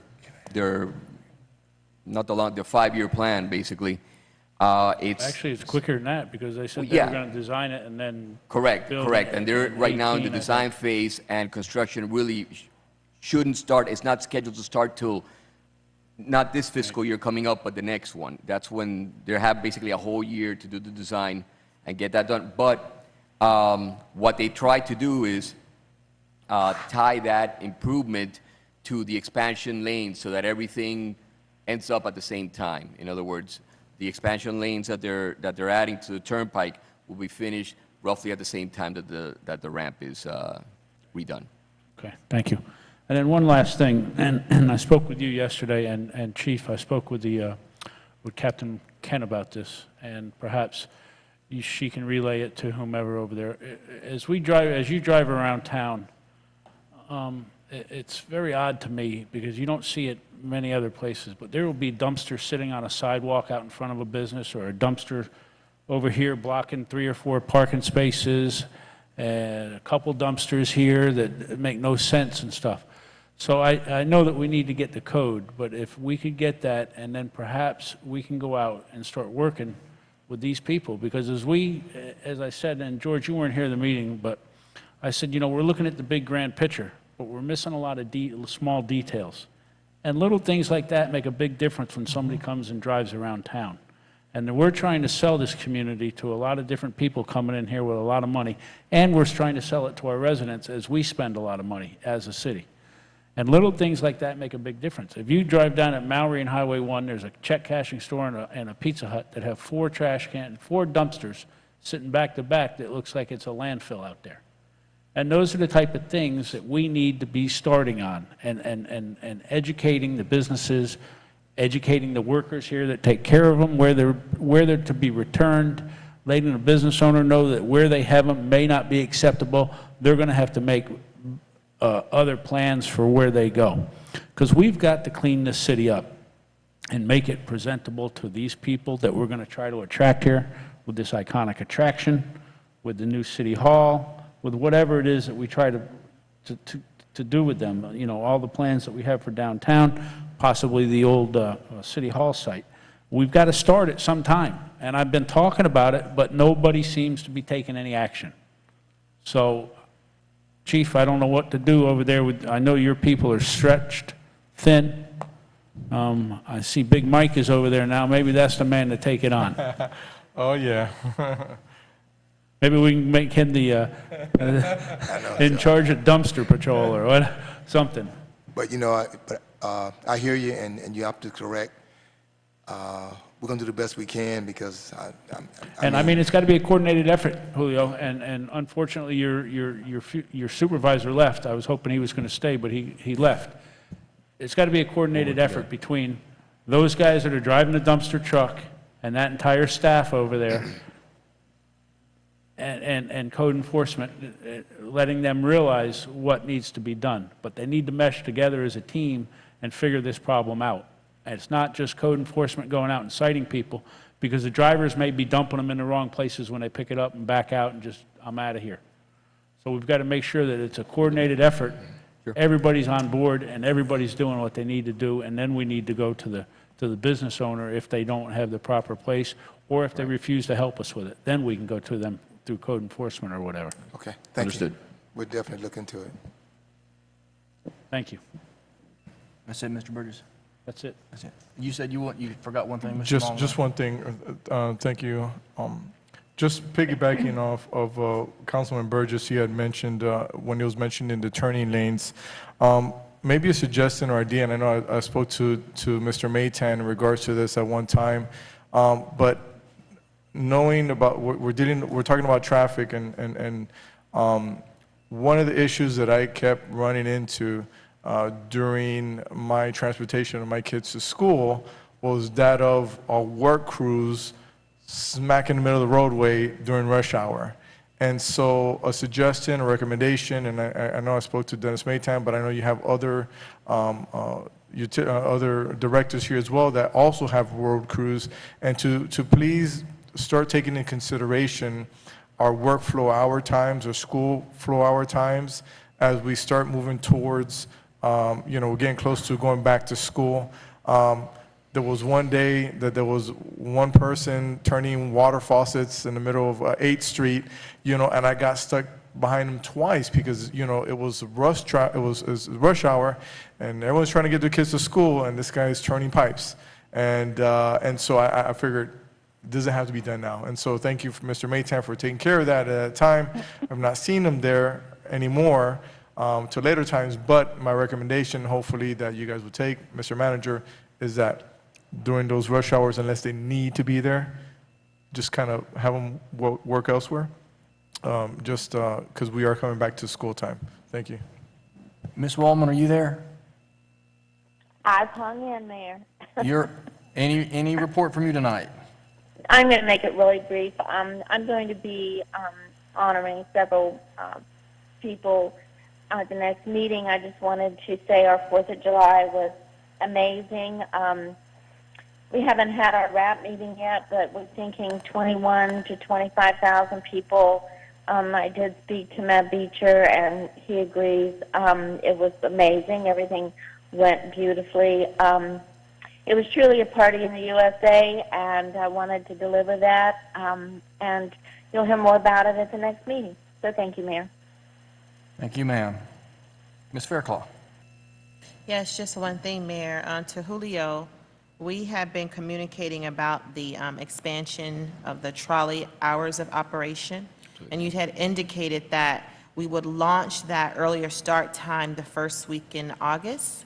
Yeah, actually, the middle of August is when we're going to. I'm sorry? The middle of August is when we're going to launch it. That's The middle of August? Yeah, the middle of August, yeah. Do we Second have week a of August. date? It'll be the Monday.